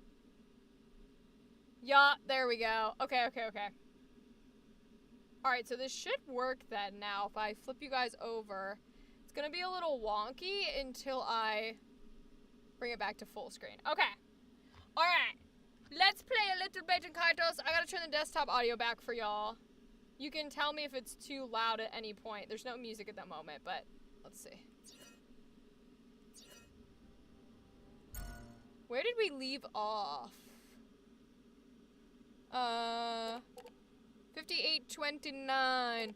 Oh, that's right. We went back to the hometown, Sheraton Village, the hometown of our boy Sagi. Yes, go ahead and load the selected file. Oh, that's right. They do this little journal update now. This is so cute. Hello, Mr. Richard Honeywell. How are you? We just booted up Bait and Kaitos, which is the old GameCube game that got remastered. But we chat while we play, so feel free to talk, ask any question, do whatever you like. I hope you're doing well. How is life, for you? So this is Gilo's journal. So maybe we get like multiple journal entries. I don't think this was in the original game. We've made it back to the oh, I gotta remember what the voices are now. Uh-oh. We've made it back to the orphanage, somehow. Between the wench and the wood, I had my doubts. I was pleased to see Gina looking well. It seems the world's finest wings are in fine shape, and the brats are just as loud as ever. Sagi intends to stay in Sheraton for a while. I suppose that's fine. Wherever he leads, I'll follow. We love our queen. I love her so much. Numb by Linkin Park, I know that song. That might be the AMV, Dadley. It might have been Numb. It might have been Numb, the Zuko AMV that I watched when I was a kid. I would not be surprised if that was the case at all. Okay, so we need to check, I don't know which one it would be in. It wouldn't be in system. Quest, maybe? Travel log. Okay, but now I gotta remember all these buttons because these buttons are never the same. Subquest? I need to finish. No, we don't have that yet. Is that really the only one? No, it's the inside. Yeah, it's these two we gotta go back for. Everything else looks like it's done. Okay, but I want to know the main quest. I do not remember the main quest. I know we got a hat. Oh boy, oh boy, oh boy. Alright, let's go back and talk to Gina, maybe? And that might tell me the main quest? Let's see. Sometimes it works, sometimes it doesn't.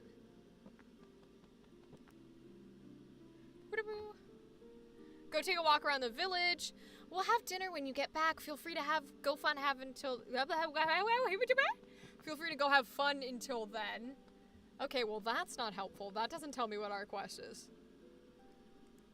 Oh, that's right. This is the trader bitch. Sure, we could trade. Let's see if she's got anything we want. I don't know if we have anything to trade with her though, do we? Do we have multiples of things?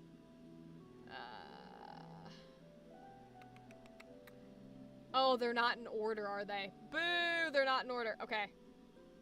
That means I gotta remember what we have. Jeez. Okay. We have... I like to have 2 of everything, so... I think we're good here. Yeah, we're gonna call off the trade. I don't think we have it. Okay. I guess if we're just supposed to go around and talk to people. What if I try and leave? Will they yell at me? Oh, it's not open yet. Okay. I don't want to go back through the Thornwood. So we'll just talk to everyone. Being a Kaplan herder requires outstanding eyesight, but even from this far away, my eagle eyes can put a bead on any sweet, delicious fruit around. Boing, kerboing. Oh no! I missed the best part because you distracted me. Move along now, shoo. Alright, goodbye. Oh, they bat like sheep. Oh, they bat like sheep. That's so cute. Hey, it's my bro from the Thornwood. Remember me? The guy stuck between a rock and a... Well, I was stuck behind a rock. Anyway, thanks to you, I managed to get back to the village safely. Well, plenty of time to catch up later, but first, let me ask you something. Have you seen a black Kaplan around? It looks like I might have left one of my flock behind somewhere. If you see it, could you let me know? Just try to be subtle about it. On the down low, you follow? I don't want the old lady across the way to find out. I can reward you. Come on, please. Okay, so we see a black sheep, then we're gonna have to bring it back. Find a jar filled with marbles, some funny looking rocks. Hidden even further back is a single giant bean. Ooh, do I have space for a yester bean? I don't know what we need it for, but I'm gonna take it. All right, let's talk to the child. That mountain apple was tasty. What should I make the password be next time? Yeah, I remember getting that. Then kids are racing. There are kids over there doing things. What are you doing? Another warm and sunny day. On days like this, I just want to lay out and tan. Okay, you're not helpful. About you? Kept the field guide layout. Oh, right. All right, so... I've already got quite a few entries. Oh, cool. He just gave us shit. Nice. Excellent. And they're cooking. Yep, I remember talking to them. Okay. Let's see. Now, I don't know if the Black Kaplan is, like, actually in town, or if it's gonna be back in the woods where we saw him. Boing, kerboing. Is he messing with the beans? It's the view from afar that really sets the heart ablaze. Love is wonderful for the very reason that you can't just go at it head on. Okay, that answers literally nothing. Let's check, deck for a second, because... we're going to open the deck builder because I want to, oh, what do I usually search by? Type? Is it type? No, it is not. Don't do that. Is it user? Might be. I think it's probably more likely spirit number. Oh, maybe not. Yes, it is. Okay. So I want to see if we have anything that we can put into our junk, or if we're on 2s for everything. Looks like we're on 2s for everything, so no junkies. Oh, we got an extra potion. We can add that to our junk. I think that's it, though. Yeah, that's it. And now the question is, did I do it correctly? Yes, I did. Okay. Lurking slightly while I finish this art? Go ahead and lurk, 7. It's no biggie. I appreciate everybody lurking. It's always very nice. And I appreciate all of you. Oh, we don't have any combos yet. Boo. I guess we did just get started, huh? We got music and travel logs and battle stats. Okay. Okay. Well, I guess we can go into the woods and maybe see if we can find his Kaplan. But let's go to the port first. And talk to these people and make sure they don't need anything. Spot will be right pretty once all the thorn flowers come into bloom. The ones in Thornwood and Sheraton have probably already started. Usually bloom a bit earlier, okay? I'm telling you, the apples right off the trees in Sebelrye are the best of all. If you go there and don't try one, you're missing out. Okay. Oh, Soggy, you've come a long way. Try to take it easy while you're home. Alright. I saw a balloon gator on my way here. They deflate if they run into any thorns. But for whatever reason, they still like living in thorny places. It's such a mystery. I've received some rare imports from Alfard. Interested? Sure. Really? From the Empire? Oh, fuck off. They want me to get rid of Magna. I don't know, man. I like my Magna. I don't know what to do with any of it.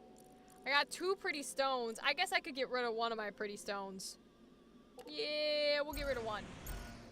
I actually don't know what I'm supposed to do with the stones at all. I never got those when I played the GameCube version, so I have no idea what I'm supposed to do with them. Gas, spark shroom, jolt shroom. Nah, I'm good. I don't need to pay money for that shit. Nah. Let's see. Here they've weaned my grandchild, so now I'm sending lots of tasty, nutritious food. He's a growing boy, you know. I can just see him eating and getting stronger by the day. Oh, that's so cute. See, I kind of don't want to go back into the Thornwood, but at the same time... Alright, well, we know this section... Okay, so this section doesn't seem to have a... Wow, you can't touch me! Oh, fuck. I forgot that I had it on double speed, so it ran out real fast. Alright, if that's the case, then fight we do. Oh, I got ambushed, so I'm stuck. 1, 2, 3... come on, 2. You can do it, Joy-Cons.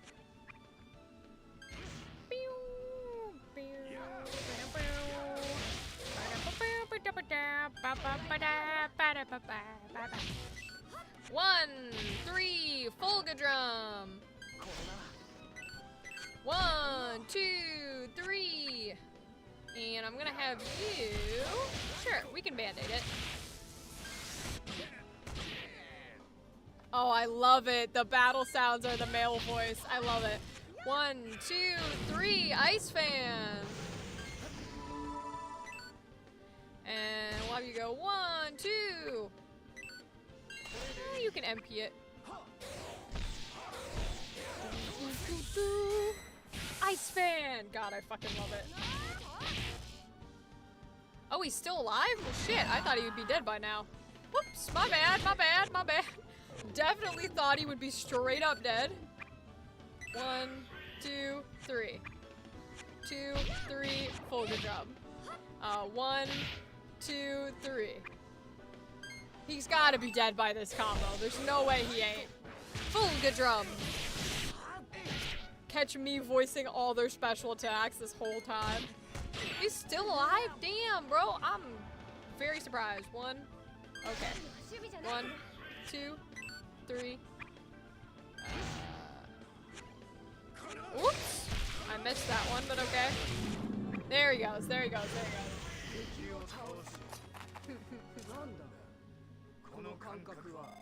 Ooh, I want to know which line that is.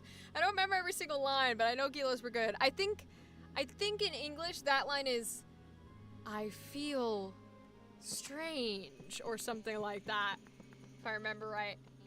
Because it's like battle stuff where she's like, why do I feel so weird?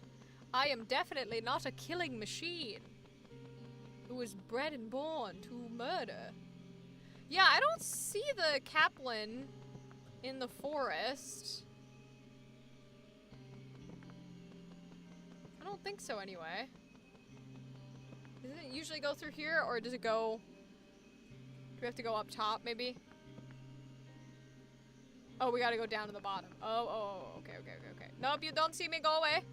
You don't see me, go away. You do not see me, I do not fight. Nice. And then we gotta go this way, over the vines. Uh-oh.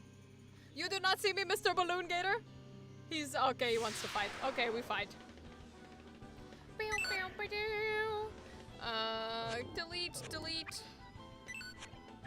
Delete. And then we'll go 1, 2, 3. Delete. 1, 2, 3. Folga Drum. 1, 2, 3. And we'll delete and delete. So that 2, 3. Clips under.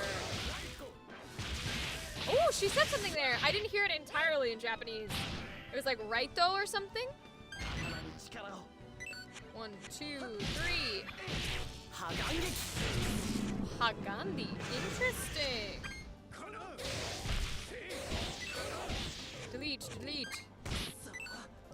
delete, delete, delete. 1, 2, 3. Oops, I clicked the 2 instead of the 3, no! Delete, delete. Delete, delete. Full good drum. I think she's saying Raiko. I'm gonna have to look up what the Japanese pronunciations are for those stuff. Cause I only know the English. Okay. Wait, the black Kaplan's right there. Oh my god. Why am I so fucking blind? Hello, buddy. Hey, buddy. A lone Kaplan. Lemmy, do you remember what the Kaplan herder told us back in Sheraton? Oh, I remember, because I was blind and couldn't see the poor baby. Isn't this the missing Kaplan? We should head back to Sheraton and let him know. Oh, we don't take him with us? Oh, no. Oh, okay. Oh, I think I gotta... Oh, but I don't know if that counts. If that Yesterbean would count, or if I would need the fancy one. But it just said head back, so... I think I can just head back down that way. We'll try. Oh, no, I can't. I actually do have to put the bean back in place. Okay. Or I could just, well... Oh. Hello, Mr. Balloon Gator. Can I walk past you? Goodbye. Nice. Extra nice. See, I don't know if I can get past these bat scorpions, though. Maybe, maybe. Oh, I got past him. I did it, I did it. Because if I just walk out this side... Oh, fuck. Balloon Gator.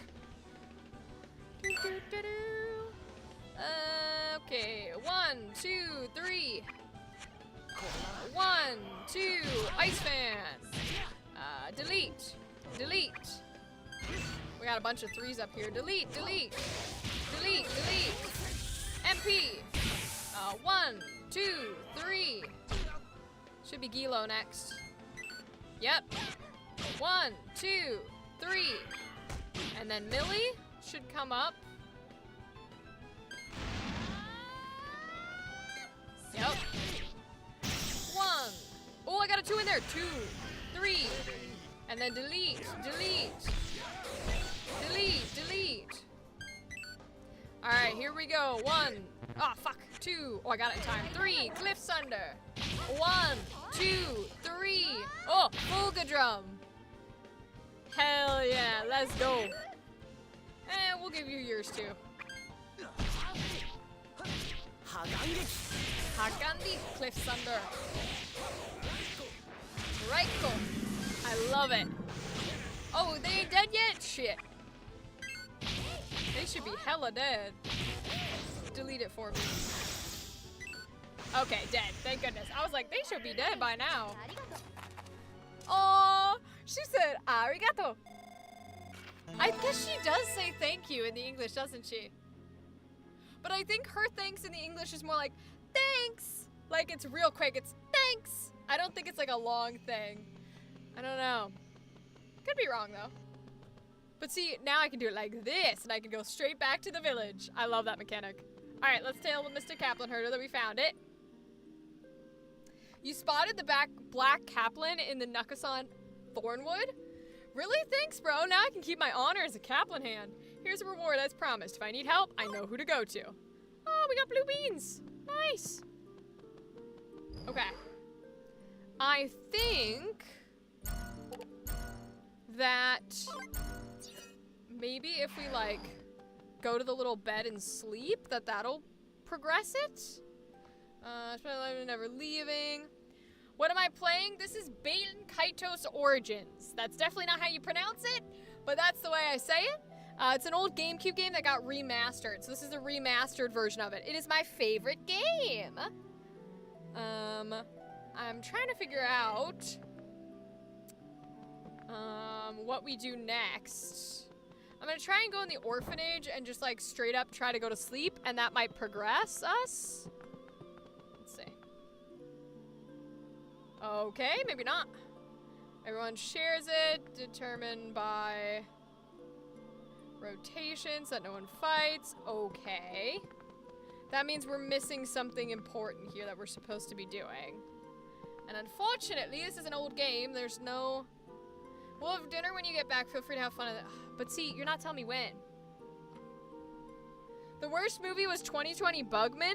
I don't know that movie. I have not seen that, I don't think. I'll be honest, that's not a lot of movies I've seen. So I'm doing like question of the day, which is why that question was in the title. So for like our casual streams, I'm putting in question of the day so we can chat. It made me, so I got that from like a question generator, but then it made me think because they recently released the latest Descendants movie, and I'm a Descendants bitch. I love the cringe of Disney Channel original movies, and I love Kenny Ortega, but the latest Descendants movie didn't have Kenny Ortega, and it kind of shows because it's not very great. And so that's kind of what ties into that question, because I was like, ooh. Oh, 2020 Boogeyman. Yeah, I still don't know it. Which is interesting. What's it about? I'm assuming it's like a bad horror film with that title. That would be my guess, is that's probably a bad horror film to some extent. I don't know what else it would be. Maybe we have to talk to this lady because she was talking about people disappearing. It's been days since those villagers left for the lake and not one of them has come back. Our guest from the Empire went looking for them and now he's missing too. I hope they're all safe wherever they are. Yeah, okay, we needed to talk to this lady. Okay. Lemmy, maybe we could do something to help. Let's investigate. Yeah, let's head down to the lake and see what there is to see. There's no harm in just taking a quick look around. The labyrinth is worse? Is the labyrinth... Oh, is the labyrinth not the same thing as Pan's Labyrinth? Because Pan's Labyrinth is like the guy with the hands, the eyeballs on his hands and stuff, right? Because I'm pretty sure that's a pretty good movie. I don't know the Labyrinth. Boogeyman was a remake of an older film. It was good, the old one, not the remake. Oh, I see, I see. That tends to happen. Where they're like, oh, let's cash in on this thing and make a reboot, and then the reboot sucks. Yeah, that tends to be the case, and it's not very great when that happens. And it sucks for fans of the original content, too. Because you're like, oh, I enjoy this original thing, let me go watch a new reboot. And it sucks, and you're disappointed, and you hate life. So I feel that. Okay, we made it to kind of like the overrun lake here to try and find the people who went missing. Something is lying on the ground here. It looks like a blank Magnus. But it's a little different somehow. Oh god, that music. Oh no. This could be what the Elder's granddaughter was talking about. Let's bring it back to her. Item found in ruins. So I don't think they want me to go forward in this moment. Dense air surrounds the reeds. The source of the air appears to be these floating scarlet flowers. Photosynth lily. Take all we can carry. Let's do it. Okay, and then we'll go back with this horrible, evil-sounding music. That definitely is like boss fight territory. And we'll go talk to that village person who was concerned. This one has puppets and David Bowie. Oh, I've heard of that one. I've seen pictures of that Labyrinth movie with like David Bowie like dressed in like glitter and stuff. I did not know it was bad. I thought people liked it. Oh. The Labyrinth was an 80s movie. It was good. Okay, Gothic. Yeah, I thought people enjoyed it. I don't know. Maybe it's nostalgia? I have no idea. I haven't seen it. I've only seen clips of it. But maybe it's one of those things that's like so bad it's good. Like how people like The Room.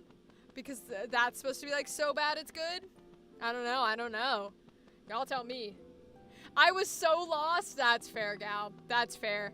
A lot of old movies don't do it for me either. It's the same thing with old anime. People always told me to watch like Cowboy Bebop and shit and watch all the old anime so that I would be cultured.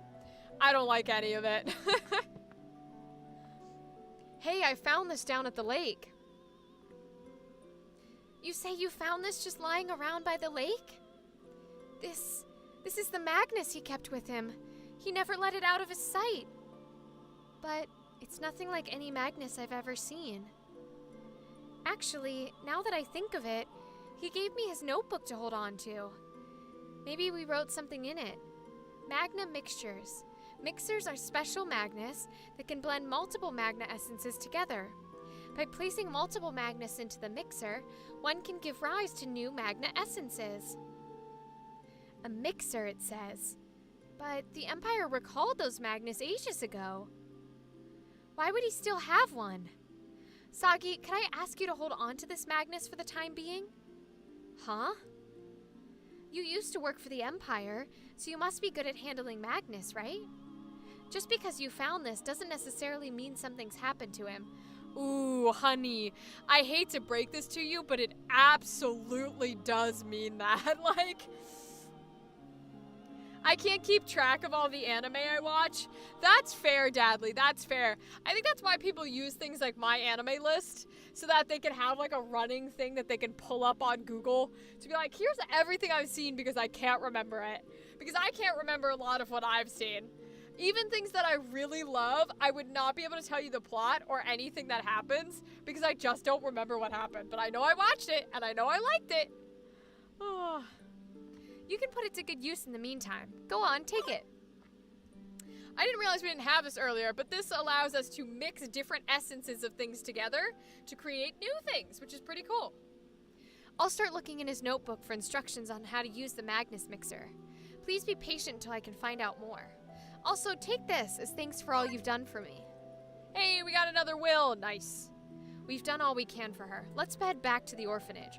Great. It's prompting me to go do shit. Amazing. I love it. Do you like Melanie Martinez? Hello, Melanie Martinez Addicted. That is a very name that fits your question very well. I've heard some Melanie Martinez songs. I'm not a huge fan, but I think the few that I've heard are pretty good. Do you have a favorite that I should listen to? Hey, Danitsar, how's it going, buddy? I finally sent my message. Amazing. Glad to hear it. Glad to hear it. How have you been? How have you been? Oh, you're back. Well, as long as we're all here, it's a little early, but why don't we go ahead and eat? I can't wait to hear what sort of adventures all my kids had today. Twitch all buggy? Yeah, it does that sometimes. Yeah, unfortunately it gets upset and it freezes and it does that jazz. We live with what we got. Playing what? I am playing Baten Kaito's Origins. It's probably not how you pronounce it. I just say it the way it's spelled. It's an old GameCube game where it got remastered. It's only remastered with Japanese voice acting, not the English. The original GameCube had English voice acting. So I'm going through the characters and voice acting them. But yeah, it's my favorite game, so we're playing it. I'm even studying to become a voice actor here. Amazing, Danitar. I'm glad to hear it. I wish you so much good luck and energy. I hope you, yeah, as you had said. Oh yeah, I send you good energy. I hope you're doing well and that you can book everything and voice in everything. Crybaby is a good one? Okay, thank you. I'll have to look into that song from her and see what I think about it, because I haven't heard too many. I know I haven't heard a lot of the recent stuff, so I'll have to look at Crybaby. Yeah, I need to be an actor here in Brazil. Yeah, Danitar, I remember you talking about that and how you needed like specific sort of like certification to be one in Brazil. So I'm sending you good energy on like getting in your certification and being able to take the next steps in that process. And you know, fingers crossed, that means good luck. And hopefully you'll come back being a full-on voice actor. That's what we want. That's what we want. So this is Wacho. Soggy.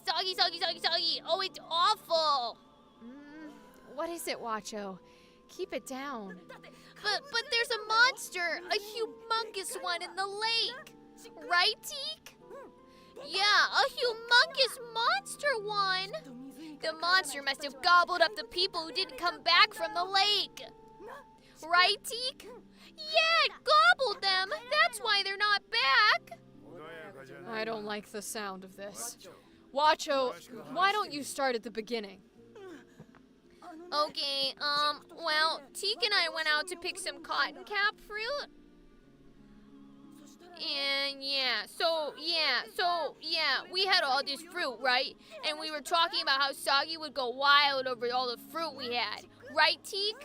Yeah, all this fruit. We were gonna give it to Soggy. Enough about the cotton cap fruit. I asked you about the monster.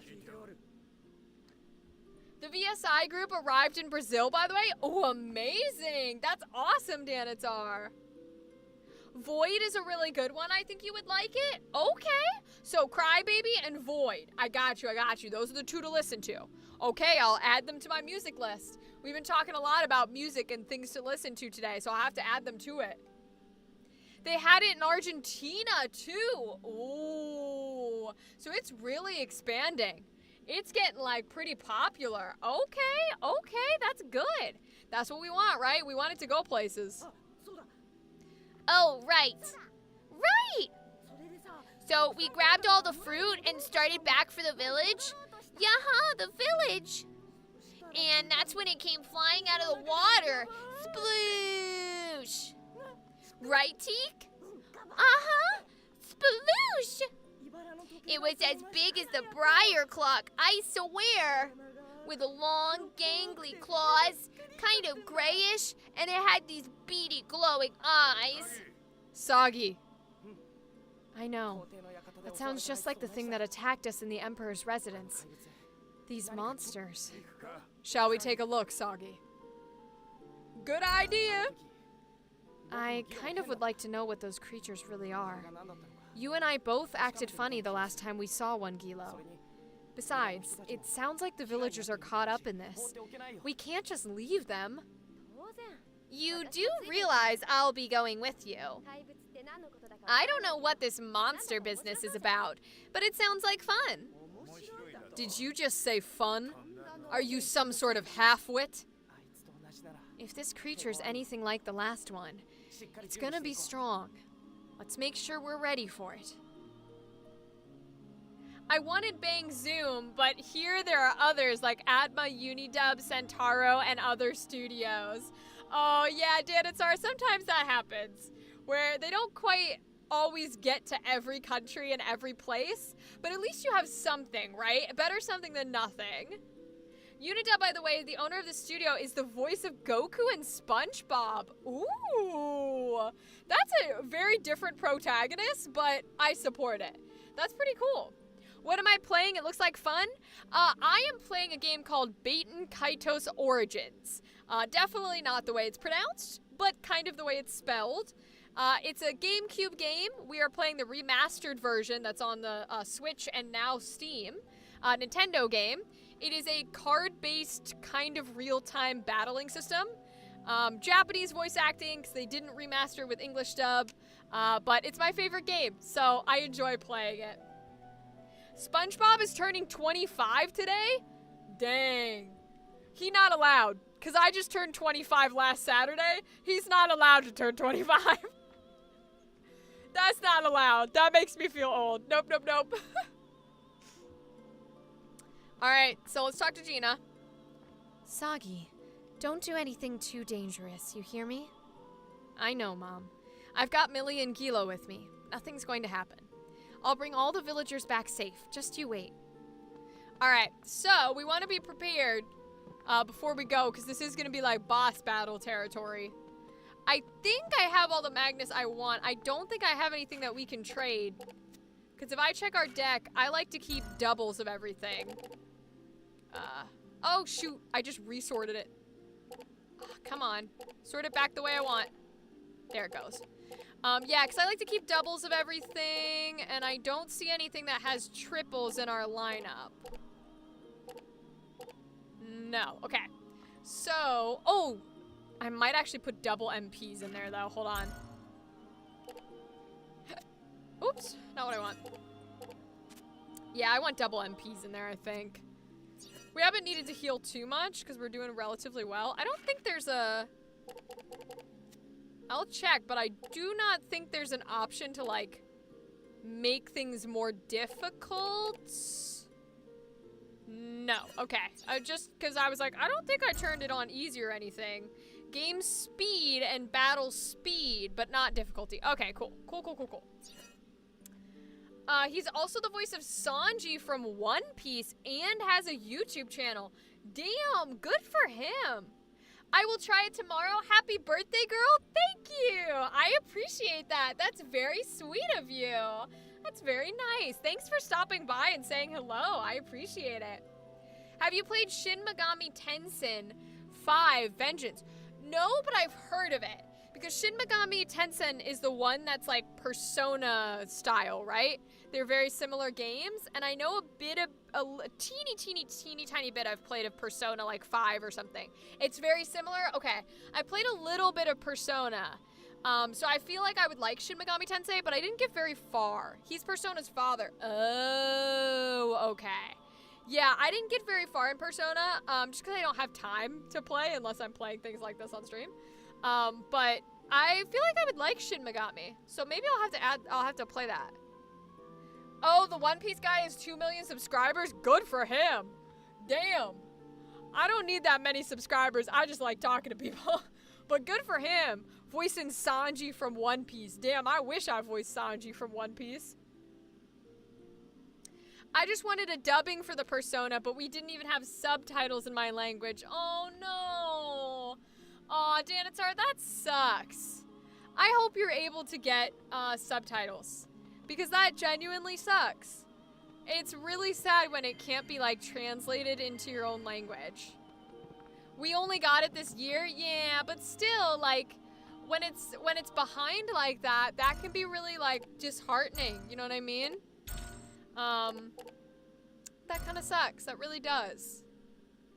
Ooh, I can upgrade some. Okay, hold on.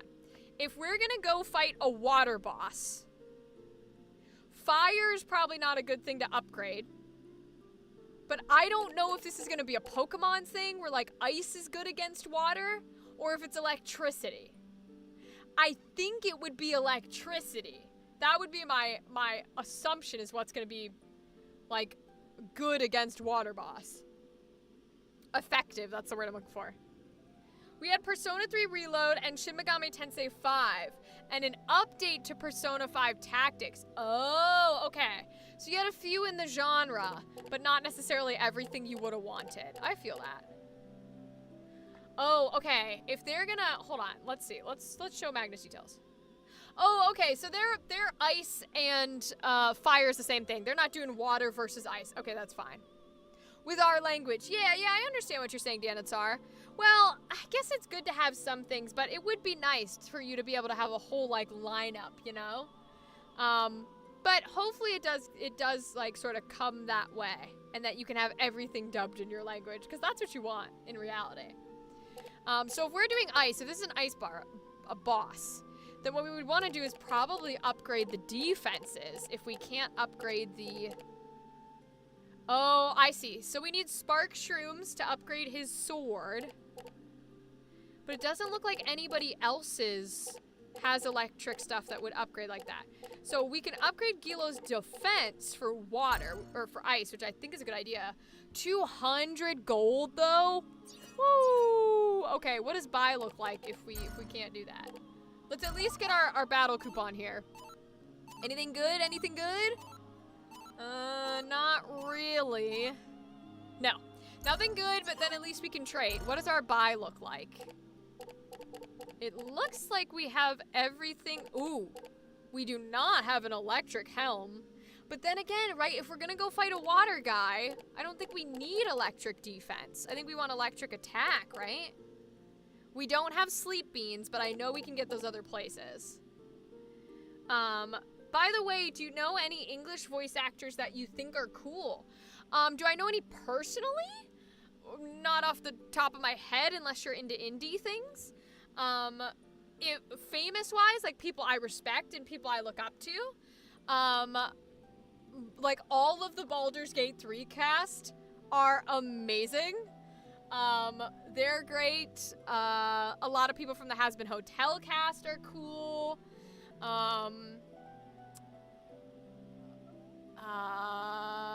Not a lot of the Avatar voice cast still works, but I've met a lot of the voice actors from the Avatar The Last Airbender voice cast, and they have all been super kind. So they're really, really awesome. Like Dante Bosco, Cricket Lee May, all of those people are amazing. I'm sorry you don't have many people watching your stream, but I am here. It's fine. No worries at all. I take it very casually. I like to chat, we play a little bit, so I'm never someone to be like, I need millions of people watching me, blah, blah, blah. Nah, I just like to talk and I like to have fun, so it's no worry. I appreciate you watching and stopping by, though. It's really sweet of you. Oh, Hasbin Hotel was dubbed here? Amazing, Danitsar. I'm so glad.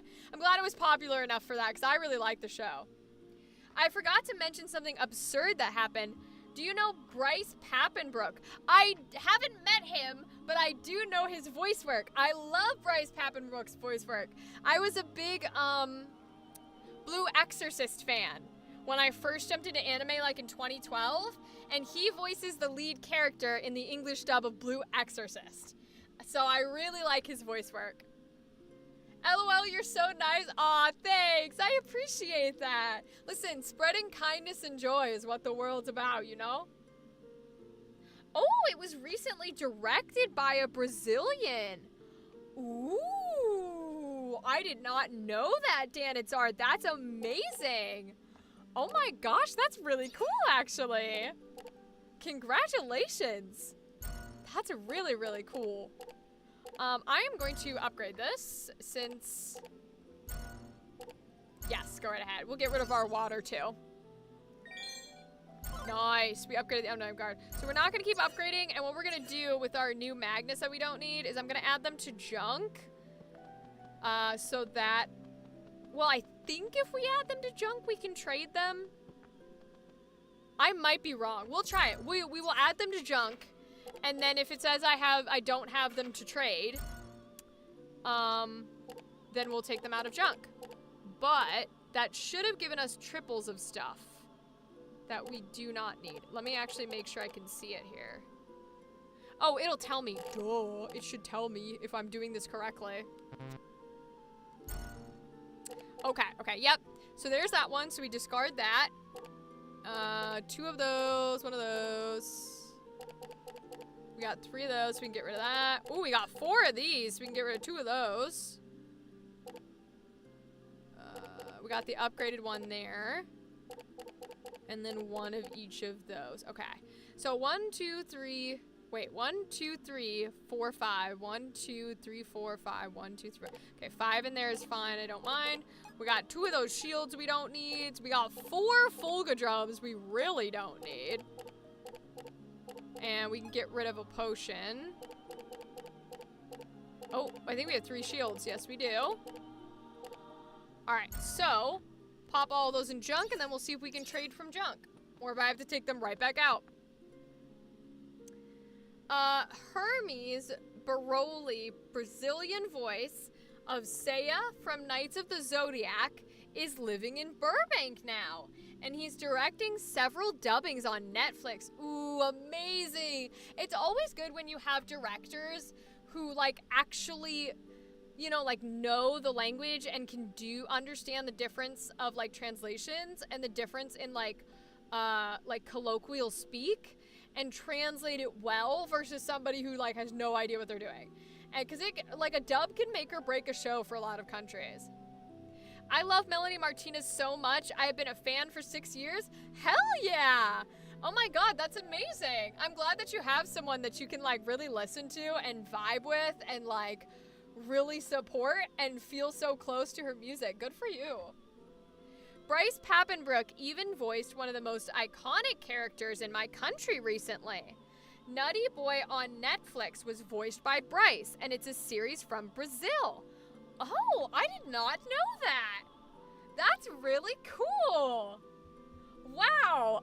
I didn't even know that was on Netflix, let alone that Bryce voices it. That's cool that something from Brazil was able to, like, cross that border. I'm glad that other countries' stuff is, like, getting made into mainstream products. That's amazing. I don't know how he ended up in Burbank, but he's there and he had a son. Yeah, sometimes life takes you in mysterious ways. I don't know, man. Sometimes that's just how it works. Alright, let's see if we can trade them from the junk pile. We cannot. Boo. Alright, so I'm gonna have to go take them out of the junk pile.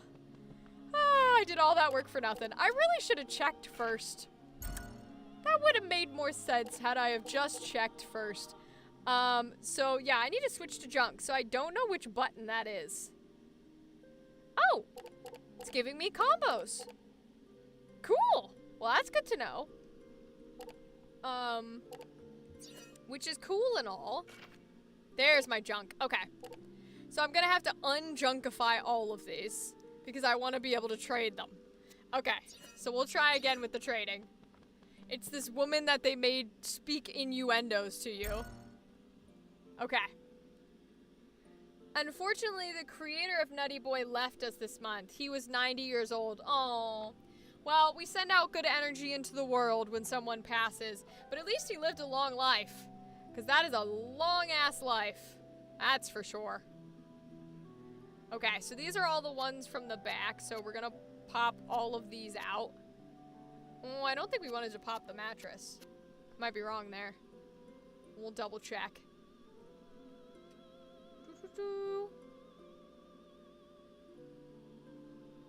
We might put the mattress back, I think. I think everything else is okay. I thought I had swords in there. I thought there were multiple thunderfish. I guess I'm incorrect. Or multiple daggers or something. Huh. I must be remembering it incorrectly. Okay. Well, no biggie, I guess.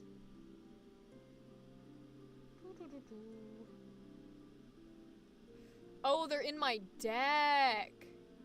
Oh, because I'm an idiot. Okay, understood. Alright, we'll just have to remember not to get rid of the mattress, I think. He created many characters? Yeah. I mean, you know, it's always sad when somebody passes, but it's one of those things where, like, better that they've lived a long life and they've been able to, like, live out their dreams and contribute to things and create, than having done nothing, you know? Because that would just be sad. I love watching you. Oh, thank you. That's so sweet. I appreciate it.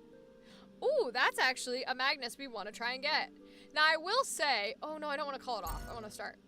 The only thing with trading in this game, as much as I love it, because I love the idea that you're actually using playing cards, and then the vital experience of everybody who was like a Yu-Gi-Oh! Or a Magic the Gathering or a Pokemon person, the fun part is trading cards.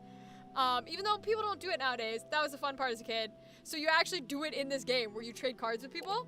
However, the negotiate thing, swear to God, makes no sense. Like, I have no idea. You could do either one, and she's gonna say no to it. I'll try threatening, but she's not gonna like it. Oh, she did it!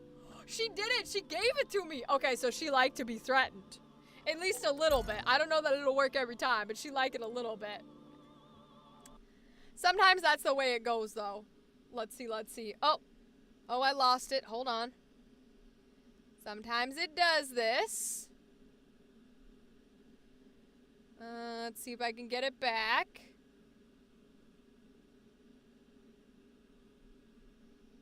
Come on, Mr. Game, you got this. There it goes. Okay, got it back. I use Joy-Cons, so it's not always in place of everything. Hey, Ghosty, what's up? What's up? How's it going? Welcome back. I'm trying to see what items I can get here by trading that I don't already have. At the moment, nothing good. So, I got those. Ooh, I do not have that one yet. So let's see if we can get that. No, I just got the helm. So I'm gonna try and negotiate again. But they don't always like you doing the same thing in a row. We're gonna try it, but she might not like it. Shut up and do as you're told. Now trade with me. How frightening. Why don't you go cool off? See, now she doesn't want it. She liked it the first time. She was like, oh, you're manly. But she didn't like it that time, so we'll have to try again. No, I don't want any of those. I don't want any of those. We don't particularly need an escape card because this is the remaster, so you can just put on no encounters. Oh, look at that. She doesn't want to give me jack shit now. Oh, that's funny. That's funny. She doesn't want to give me anything. She said, I don't think so. We have all of those. Oh, come on. I want that fire claw back. Give me that fire claw. Escape. I don't want escape. I want the fire claw. Come on. Come on. Give me the fire claw. I know you have it. You showed it to me once before.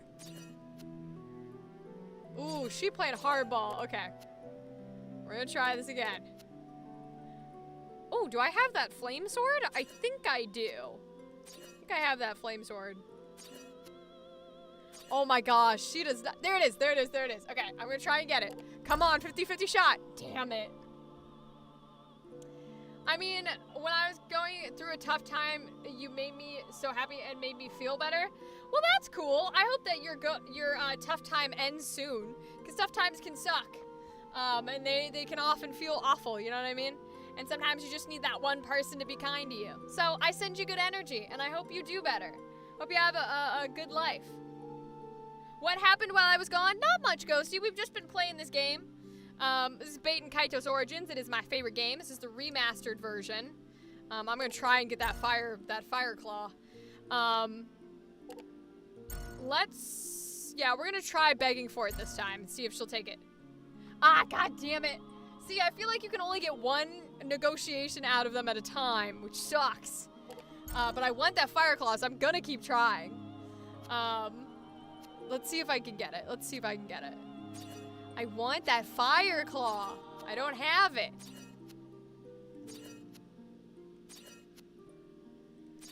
See, it wants to give me thunder things because I'm almost positive. Ooh, actually, that's a taunt. I'll take a taunt if she'll give it to me. The only one I didn't want was the fire element. Oh my god. See, it's trying to give me thunder things because I'm almost 1,000,000% positive that the boss we're gonna fight in this area is weak to thunder. But I don't care. I like to get every Magnus that I don't have. We'll try begging again. God damn it. I might have to, like, keep adding cards.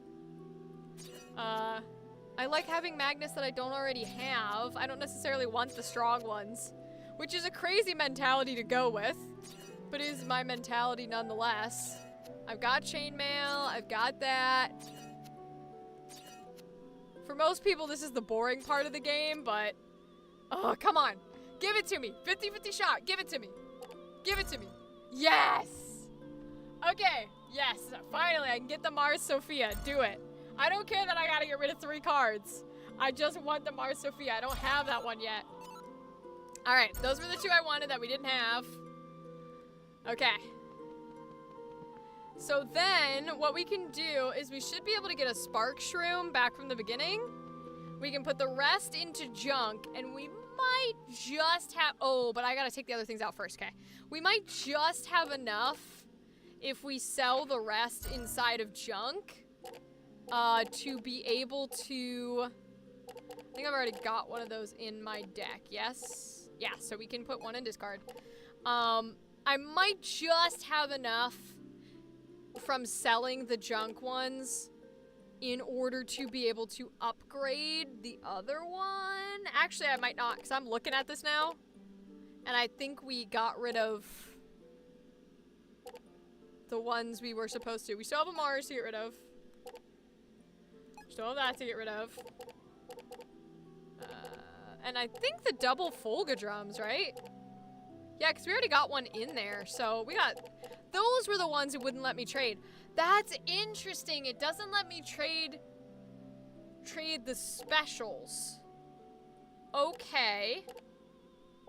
I guess I never noticed that it does not let me trade the specials. Okay. Good to know. Good to know. So we'll pop those in the discard, and then we'll sell them. That's okay. Go have a good night. Have a good night, my friend. Get some good sleep. If you ever show up again, that's amazing. We'll see you on future streams. And if not, have a fabulous life, okay? I'm glad you stopped by. Have a good night, my friend. Have a good night. Okay. So, we'll go ahead and sell. I gotta say, the graphics on the remastered are so pretty. Like, this is such a cute design, and they do not look that cute in the GameCube version. Ooh, 109 I do not think is enough to upgrade. I will check, but I don't think so. No, we would need like 200. Okay, so we're just gonna go battle the boss then. We might as well. We'll save and then we'll go fight the big boss guy. Uh-oh. What is this about? Did I just get stuck? Yeah, I did. Okay, I got stuck with it. You know what we should do actually while I was looking at it? If we're gonna thunderize this deck, what we actually want to do... 10 versus 18. Yeah, I think that one's better. What we actually want to do is we probably want to add the thunder element. Oh, no, we don't need to. They've all got thunder attacks on them. Okay. They've all got thunder weapons on them. We want to switch our defense to not be thunder-based, because if we're fighting with thunder and we think thunder is effective, then theoretically...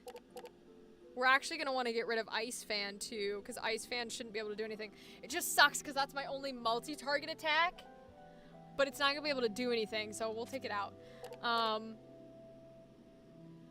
Okay, and then I don't think... so we would want a defense to Ice, then, because that's who we're going to be facing. So defense Gilo for Ice. Soggy does not have a specific Ice defense, so we'll keep the Chainmail. I think that's the best one. 14. Oh, no, it's on 10. 8. Oh, prevents knockdown. Yeah, Hermit's Cane can be good for preventing knockdown. So it looks like the helmet actually is a 14, which is the highest on ice defense, and it's for everybody. So we might put that one in instead, because I don't think Millie has defense. I don't remember her having really any defense. We have the electric shield, but again, we don't need it because we're going to be doing electric damage. So, boost resistance to freezing, we're probably actually going to want in there because it's probably going to try to freeze us a bit. And then I think we're good there because we have the electric attacks in place. So what we'll do is we'll put the helmet in instead of the chainmail. And then this guy is a big, like, one-round shield, but he's for a lot of protection. Okay. So we'll save. Just to triple-double make sure we are ready in case we die. Because as much as I like to say, oh, this is my favorite game, I am good at the game, I would not be surprised if I get absolutely slaughtered by big boss guys. We'll give it a shot and find out.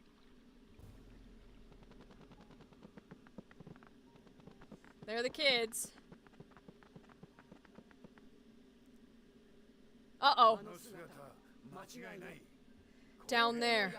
That's the same thing we saw at Olgin's place. No mistake. Yeah. Sagi, are you alright? You buckled over the moment you set eyes on that thing. You're sweating a lot, too. I'll be fine. Just got a little dizzy, that's all. Let's go after it. He absolutely won't be fine. I don't know in what universe he thinks he's gonna be fine. See the runes over there? I heard they still contain lots of power, even though they're so old, right, Teak? Yeah, lots of it. And inside it, there's this huge wall, and if you move it, crazy stuff happens. What do you mean crazy? What's so crazy about it? How should I know? But there's folks who've seen it. They say they saw the wall, right, Teak? They sure did. They said they went whoosh, whoosh, whoosh and jumped along the broken columns.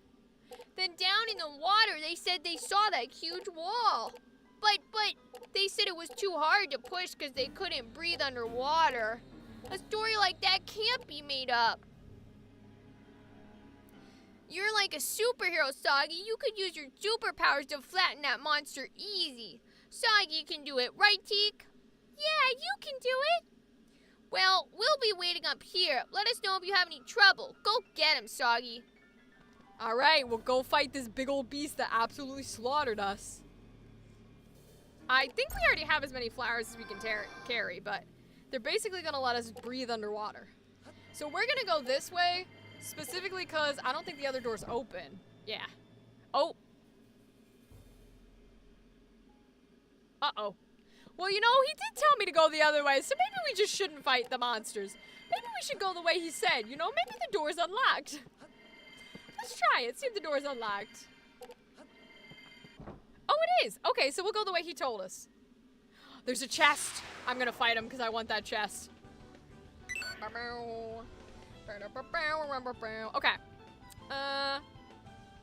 We'll go delete. Delete. Oh. Uh-oh. I just lost it again. Got it. Okay. At least it paused. Got it. Okay. And then 1, 2, 3. We're gonna MP. And then we delete. And we should get Soggy back again first. Yeah, we do. Okay. Boop. Alright, Gilo. 1 and 3 and 4. Soggy can delete. 1, 2, 3. And then there we go. 1, 2, 3. 1, 2, 3.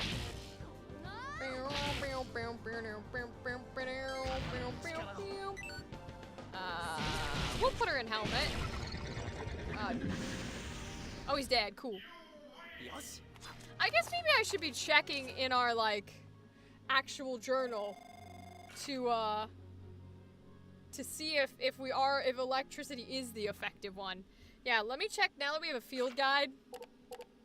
Where would my field guide be? Field guide. We are in... no, we're not there. Yeah, we're here. So, defense. Looks like he's weak to lightning. Or at least weak, no, he's weak to fire. Okay, so we're saying since it's ice, that he's not gonna be weak to lightning, he's gonna be weak to fire? I think that's what they're trying to say. Oh, okay, I can get details. Oh. Okay, details. Crustacean with an affinity for damp places. Algae covers its skin, making it disgustingly slimy to the touch. Creature seems to like the algae and even snacks on it at times. If the algae is burnt off, the creature gets terribly sad. Oh, we're gonna make him sad. Boo. Alright, well that tells me that I need to reset my deck. Because I was thinking in terms of water. Because then I was like, oh, well, of course, you know, electricity would be where it's at because it's water. So we electrify it and then it'll be weak to it. But they're thinking ice. And if that's the case, then we gotta switch to fire. So, strongest soggy fire weapon is going to be the flame sword. So we will flame sword it. Millie's fire weapon is the heat club. Gilo, we just got. I'm so glad I got it now. Why can't we sort it? Why won't you let me sort? Okay, whatever. We got the Mars Sophia. We did not have a fire for her, which is pretty bad. Thank you. There it goes. Spirit number. Spirit number. Okay, good. So, fire weapon for Soggy, fire weapon for Millie, and fire weapon for Gilo. I'm glad we got that. We still have this right defenses on. It means, though, that we, instead of Fulgadrum, we want Fire Wheel out. But unfortunately, the other two do not have fire-based specials. At least not yet, so... We could put on Senshin, and then it might take the properties, and then Swallowtail is physical as well. So the physical base might take the properties of the fire? I'm not entirely sure. Oh, we have the cap, which is good for ice too. Let's actually pop that in there. That's probably a good idea. Completed cake? Did you make a cake, gal? Have you put a picture down? Because I want to see it if you have. I very much want to see it. Alright, I think we're good there. well, let me see if I can, because I don't remember if the physical can take the properties of whatchamacallit. Is there a way to check? No, it's not gonna let me. Okay, that's fine. I have thrown down a pick. Okay, let me look. Hold on.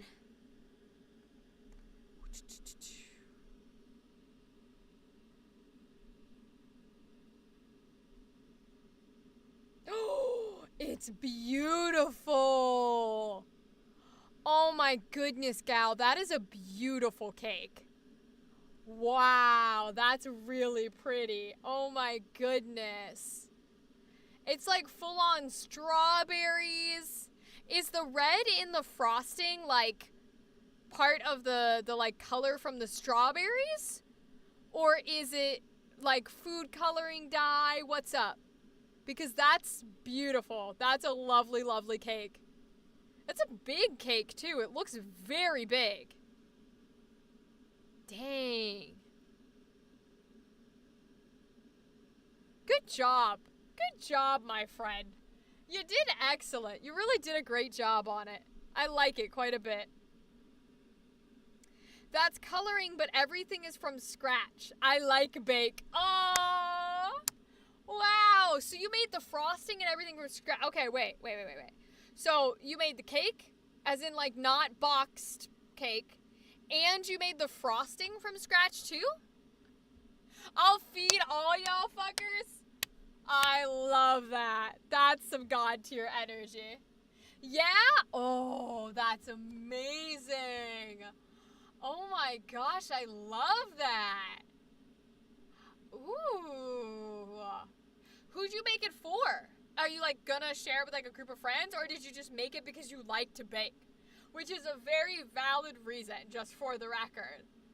That's amazing. I love that. Hi, I came back. Oh, you don't have to do that. You're okay. I usually end my streams around the 3-hour mark, so we're only going to have about like 15 more minutes anyways. So don't worry, don't worry. You can go to bed. It's okay.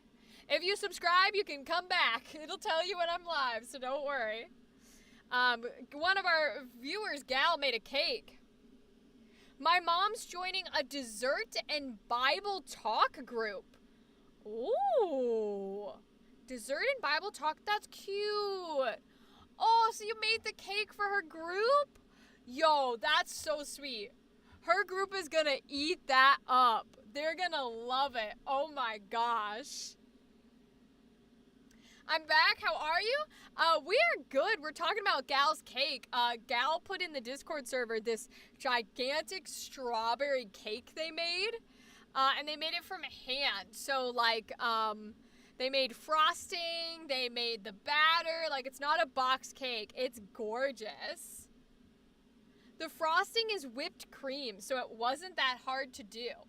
I have no cake IRL, so I just make them. I get the joke for once, and I love it. Listen, at least you know the cake you make tastes good. That's all I gotta say. At least you know the cake you make tastes good, okay? Some people are cake people. They like cake. They like to bite cake. All I know is that I'd prefer the cake that people bake to eat rather than the other kind. That ain't my jam. Frosting is whipped cream. It wasn't that hard to do. Okay. But still, you did it yourself. Oh, I love these emojis, Ghosty. They're so sweet. Are you streaming tomorrow? I'll join you if you will. No, so I stream Monday, Wednesday, Saturday. So it won't be tomorrow. Although I do join a different Twitch stream on, but it won't be on YouTube. So Monday, Wednesday, Saturday, you can catch me. So don't worry. You can get me again Saturday if you want to. And y'all call me the horn dog. Glass houses, everyone. Listen. I thought that was the joke you're making, okay? Don't come after me. I thought you were making the joke. I was just trying to yes and your bit. And instead you call me out on it. Have you seen Jack's Strange World dubbed in Portuguese? I saw your shirt. Even the songs are translated. Ooh. I did not know that at all. But I did not know they were translated, and I have not heard them translated to Portuguese. That's really interesting because, like, what's the word I'm looking for? They're really iconic in English because it's Danny Elfman. But he doesn't I don't think he sings all of it. I think he's just the composer, right? I don't think, no, he's the singer but not the speaker, maybe? Oh god. Now I gotta look it up. Jack Skellington voice actors.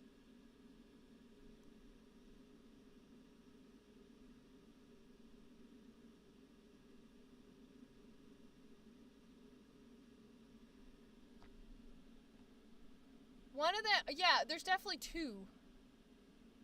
Danny Elfman's the singing voice for Jack. Chris Sarandon's the speaking voice for Jack. Yeah, Danny Elfman does like an iconic performance. Like, it's incredible, the amazing things he's allowed to do. I'll yes and your bits. See? Listen, you don't get to try and pull the I'm not the one who's horny card. Fuck you. Alright? It is always your fault when it comes to that. I will always blame you. I feel like that bit of you trying to call me out was the Game Grumps bit. Where it's like the, oh, did you have a bad sleep? And then the other person goes, wouldn't have, or what, you slept in. And the other person's like, I wouldn't have slept in if you were sleeping with me. And then Danny's like, that's what I feel like you just pulled on me. You just pulled that shit on me. And I was like, oh my lord. I don't remember who voiced it yet. That's their name in Portuguese. Okay, I'm not gonna butcher their name. So I'm not gonna say that. But okay, good to know. I'm sure they're a good singer. Danny Elfman voiced Jack. Yeah, so Danny Elfman is the singing voice of Jack Skellington in English. He's incredible. He's amazing. If there's ever a stage musical of it, I swear to God, they better cast me as Jack. Because you can put me on stilts. I don't care, but that is like dream role territory. I love that man. Where and when, bitch. Bitch. Don't you dare where and when me. Oh my god. Don't you dare where and when me. Oh my god. Don't call me out like that. Oh no. You had to know Guilherme Briggs. He is the voice of Brooke in One Piece, but he's also voiced a lot of things. I have to see the dubbed. I don't know. Oh. I got you. It would make sense to watch the dubbed version. I tend to watch a lot of dubs. Even for anime, I am a dub in my own language versus subtitles person. But that's just personal preference, you know? Just kind of how the energy vibes. I like to hear the English voice acting because I am a voice actor. So I like to hear everybody's performance. Can, have, did. Oh no. Not with the sloth emojis too. Can, have, did. Guilherme Briggs voiced Jack Strange World. He was the mayor. Ooh. The mayor's a really fun role. The mayor's really fun because, like, he keeps changing the face. So you have to do two. You got to do the where he's all worried, and then you have to do the and he's like sad. Oh my god. And then he goes happy and he's like I love that jazz. The mayor's fun. He's all back and forth. Oh my gosh. I mean, Nightmare Before Christmas is fire. That's all I gotta say. Nightmare Before Christmas is fabulous. I can't speak other languages, but I assume in all languages. Briggs always has crazy characters. Don't you love that even in different languages, there's always the actor who is known for playing crazy characters? Like, in every language, there is an actor where you're like, oh, what's that? You said this character is weird, strange, kind of always doing funny voices, maybe yelling and crying nonstop. It's 1,000,000% this actor. I have absolutely I won't even guess anything else because it couldn't possibly be a different actor. It's no wonder that he's the only voice actor in Brazil who became a millionaire. Damn. Good for him. Make that money. Get that bag. Be that millionaire, you know? Do what you gotta do. And then give it back to charity. That's all I gotta say. That's all I gotta say. Get that bag and then give that bag back, you know? Get it and give it. Get it and give it. That's all you gotta do. So many people, they get famous, they get money, and then they just kind of become a shell of themselves, you know? He has voiced Superman since the beginning. Oh, so he's probably older.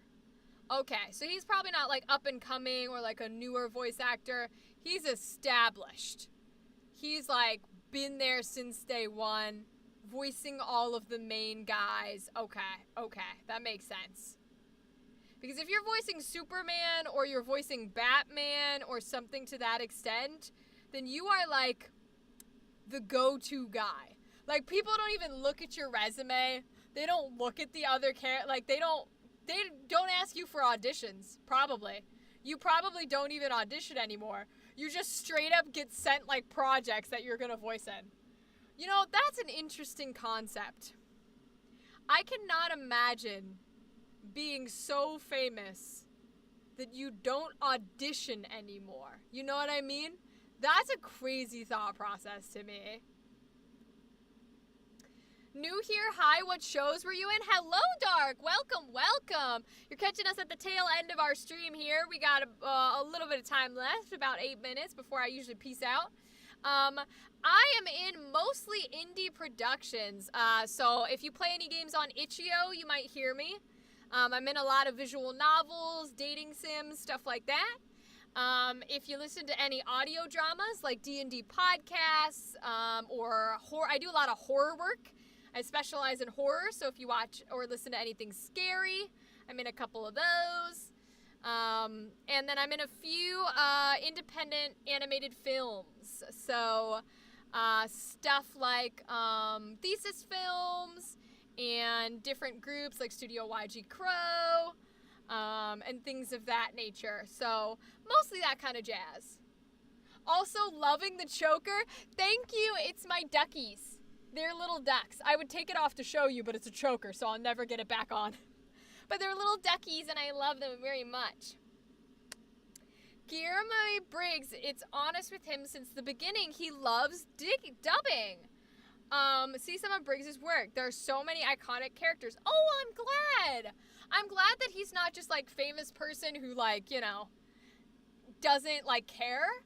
It's really nice to see people who still are, like, genuine and honest and, like, actually have fun and enjoy what they do versus being like, oh, good, I am established now. I can put on a pretend smile and have a good time. It's like, no, you gotta still love it. You gotta still love the people. You gotta still love the energy. You gotta still love the practice. It's all a part of it, you know? It's all a part of it. Aladdin's voice is also very famous. Marcio Simoes, voice of Patolino. Daffy Duck in English. Oh, okay. That's cool. Boy, Daffy Duck is a hard voice to do. Because he's got like the kind of the lisp / the spitting thing. He does like the That's him, right? Or is that Donald? Uh-oh. Wait, is that Donald or is that Daffy? Hold on.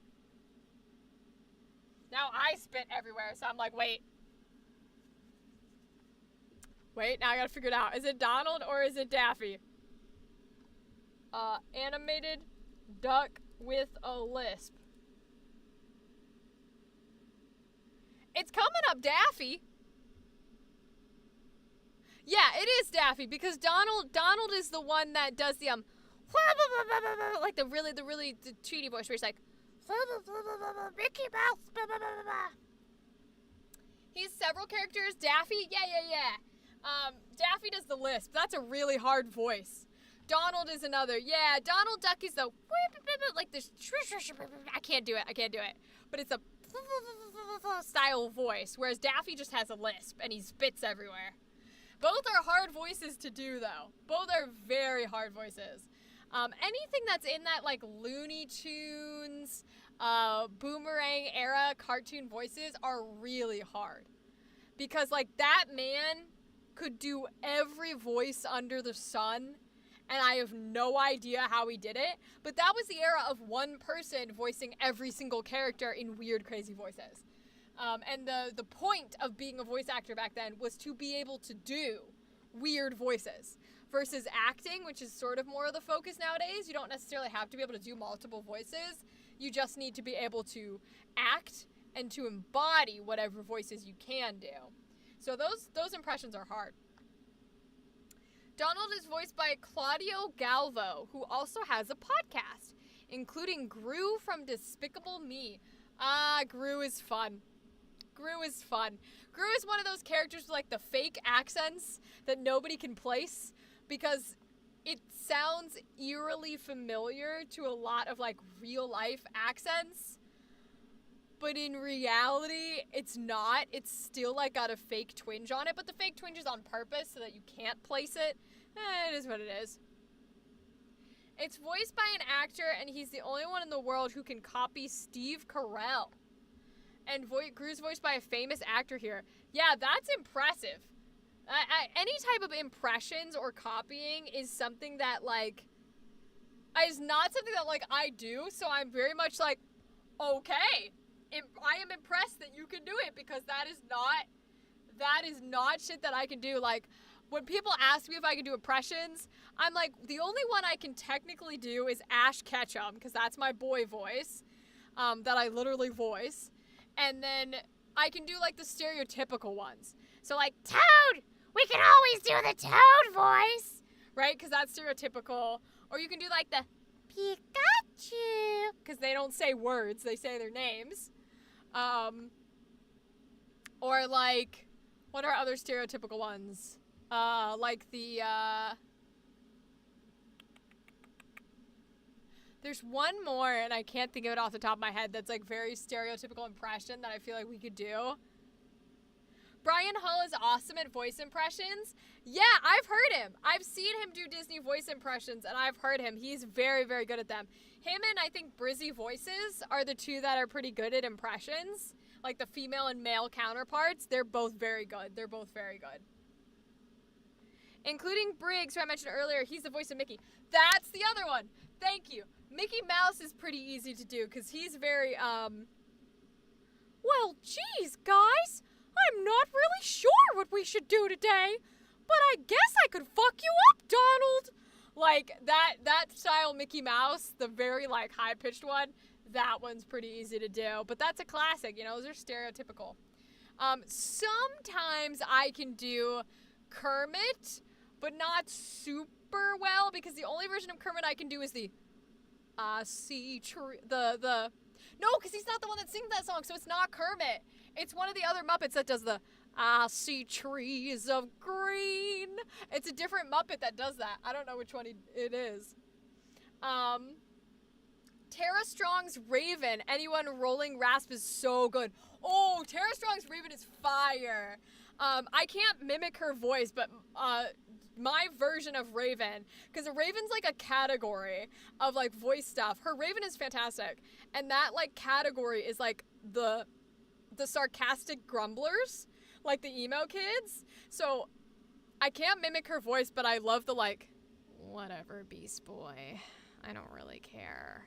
Like that style of energy is fabulous. She's amazing. I love Teen Titans. Patrick is a stereotypical voice. Yes. Yeah, he's a little bit easier to do when you're, like, in the male range. I cannot do a Patrick. I can't do a SpongeBob either. SpongeBob's really unique. That dude's amazing. The Brazilian voices of Mickey cartoons? That would be interesting. Patrick from SpongeBob in Brazil is voiced by Yasu in League of Legends. Oh, see, all of these voice actors like cross over into different genres, and they do different projects. That's one of the most fun parts about being a voice actor. I met Tara Strong once. Can I send a video of Despicable Me? You can, but I'm not going to watch it on stream. I don't really do react content on stream, but you can send it to me if you want, and I'll listen to it personally. Yes, Dark, exactly. The Raven voice is fire. I love Raven from Teen Titans. I love the little emo ones. The emo girls are some of my favorites. I don't generally get cast as the emo girls because I don't, even though I clearly am one. I think it's because my voice isn't quite low enough to what you usually think of.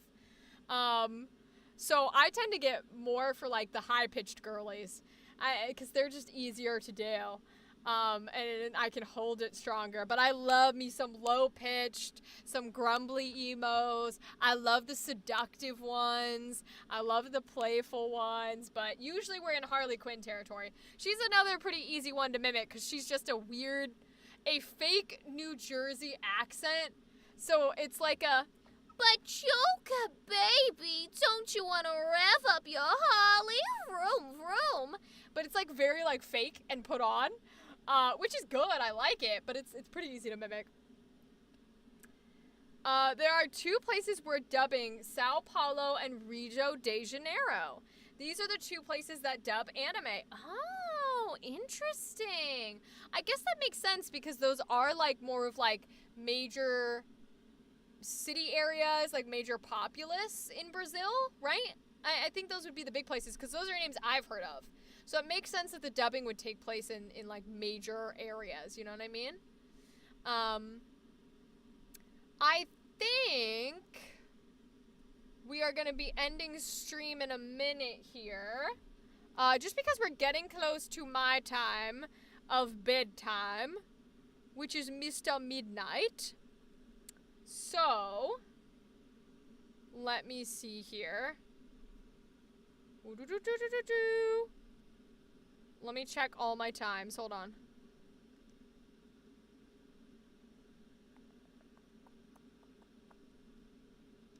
Okay.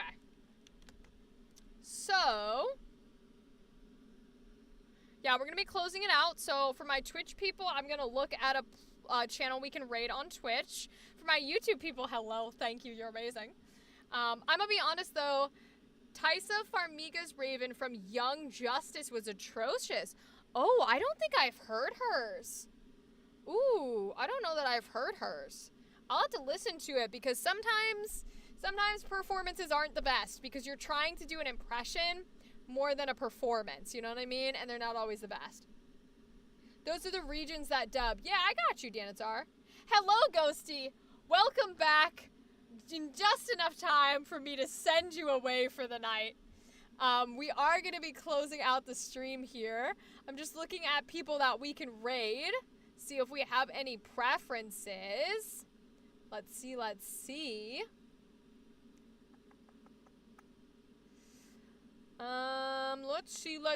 Who would be a good raid today?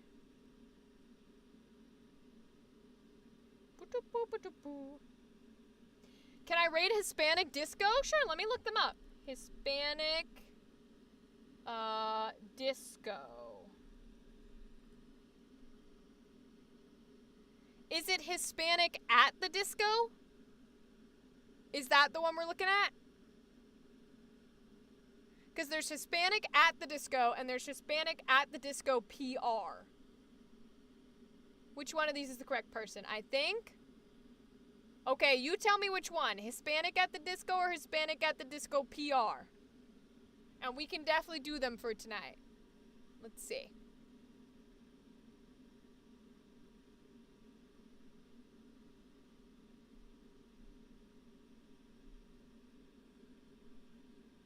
Hispanic at the Disco. Okay.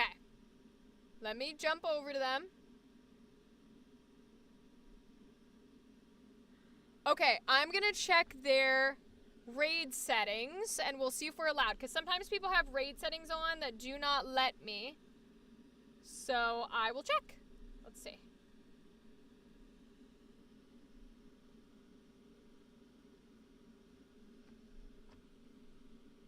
Oh, it says Hispanic at TH Disco. Is that the correct one? Hispanic at TH Disco, not the. Just double check spelling, my friend. They look like they are playing What are we playing? What are we playing, sir? Lies of P. Looks like the category is... Ooh, they have like item stuff on. That's cool. Yeah, I just checked. Okay, let me see if we can raid them, and we'll find out. For everyone who goes on the raid, that's amazing. For everyone who is checking out with us tonight, thank you for stopping by. I appreciate all of you. I hope to see you on Saturday for our activity stream. We are making resin items on Saturday. We do Saturdays a little earlier at 7 p.m. But I appreciate all of you. I love you all. Thank you for stopping by. And have a good night. Hope you have a great night. Glad I found you. You too, Dark. Have a good night. I hope to see you here again. Thank you for stopping by. All right, y'all. On Twitch, we're going to raid. On YouTube, we're going to peace out. Goodbye, and thank you.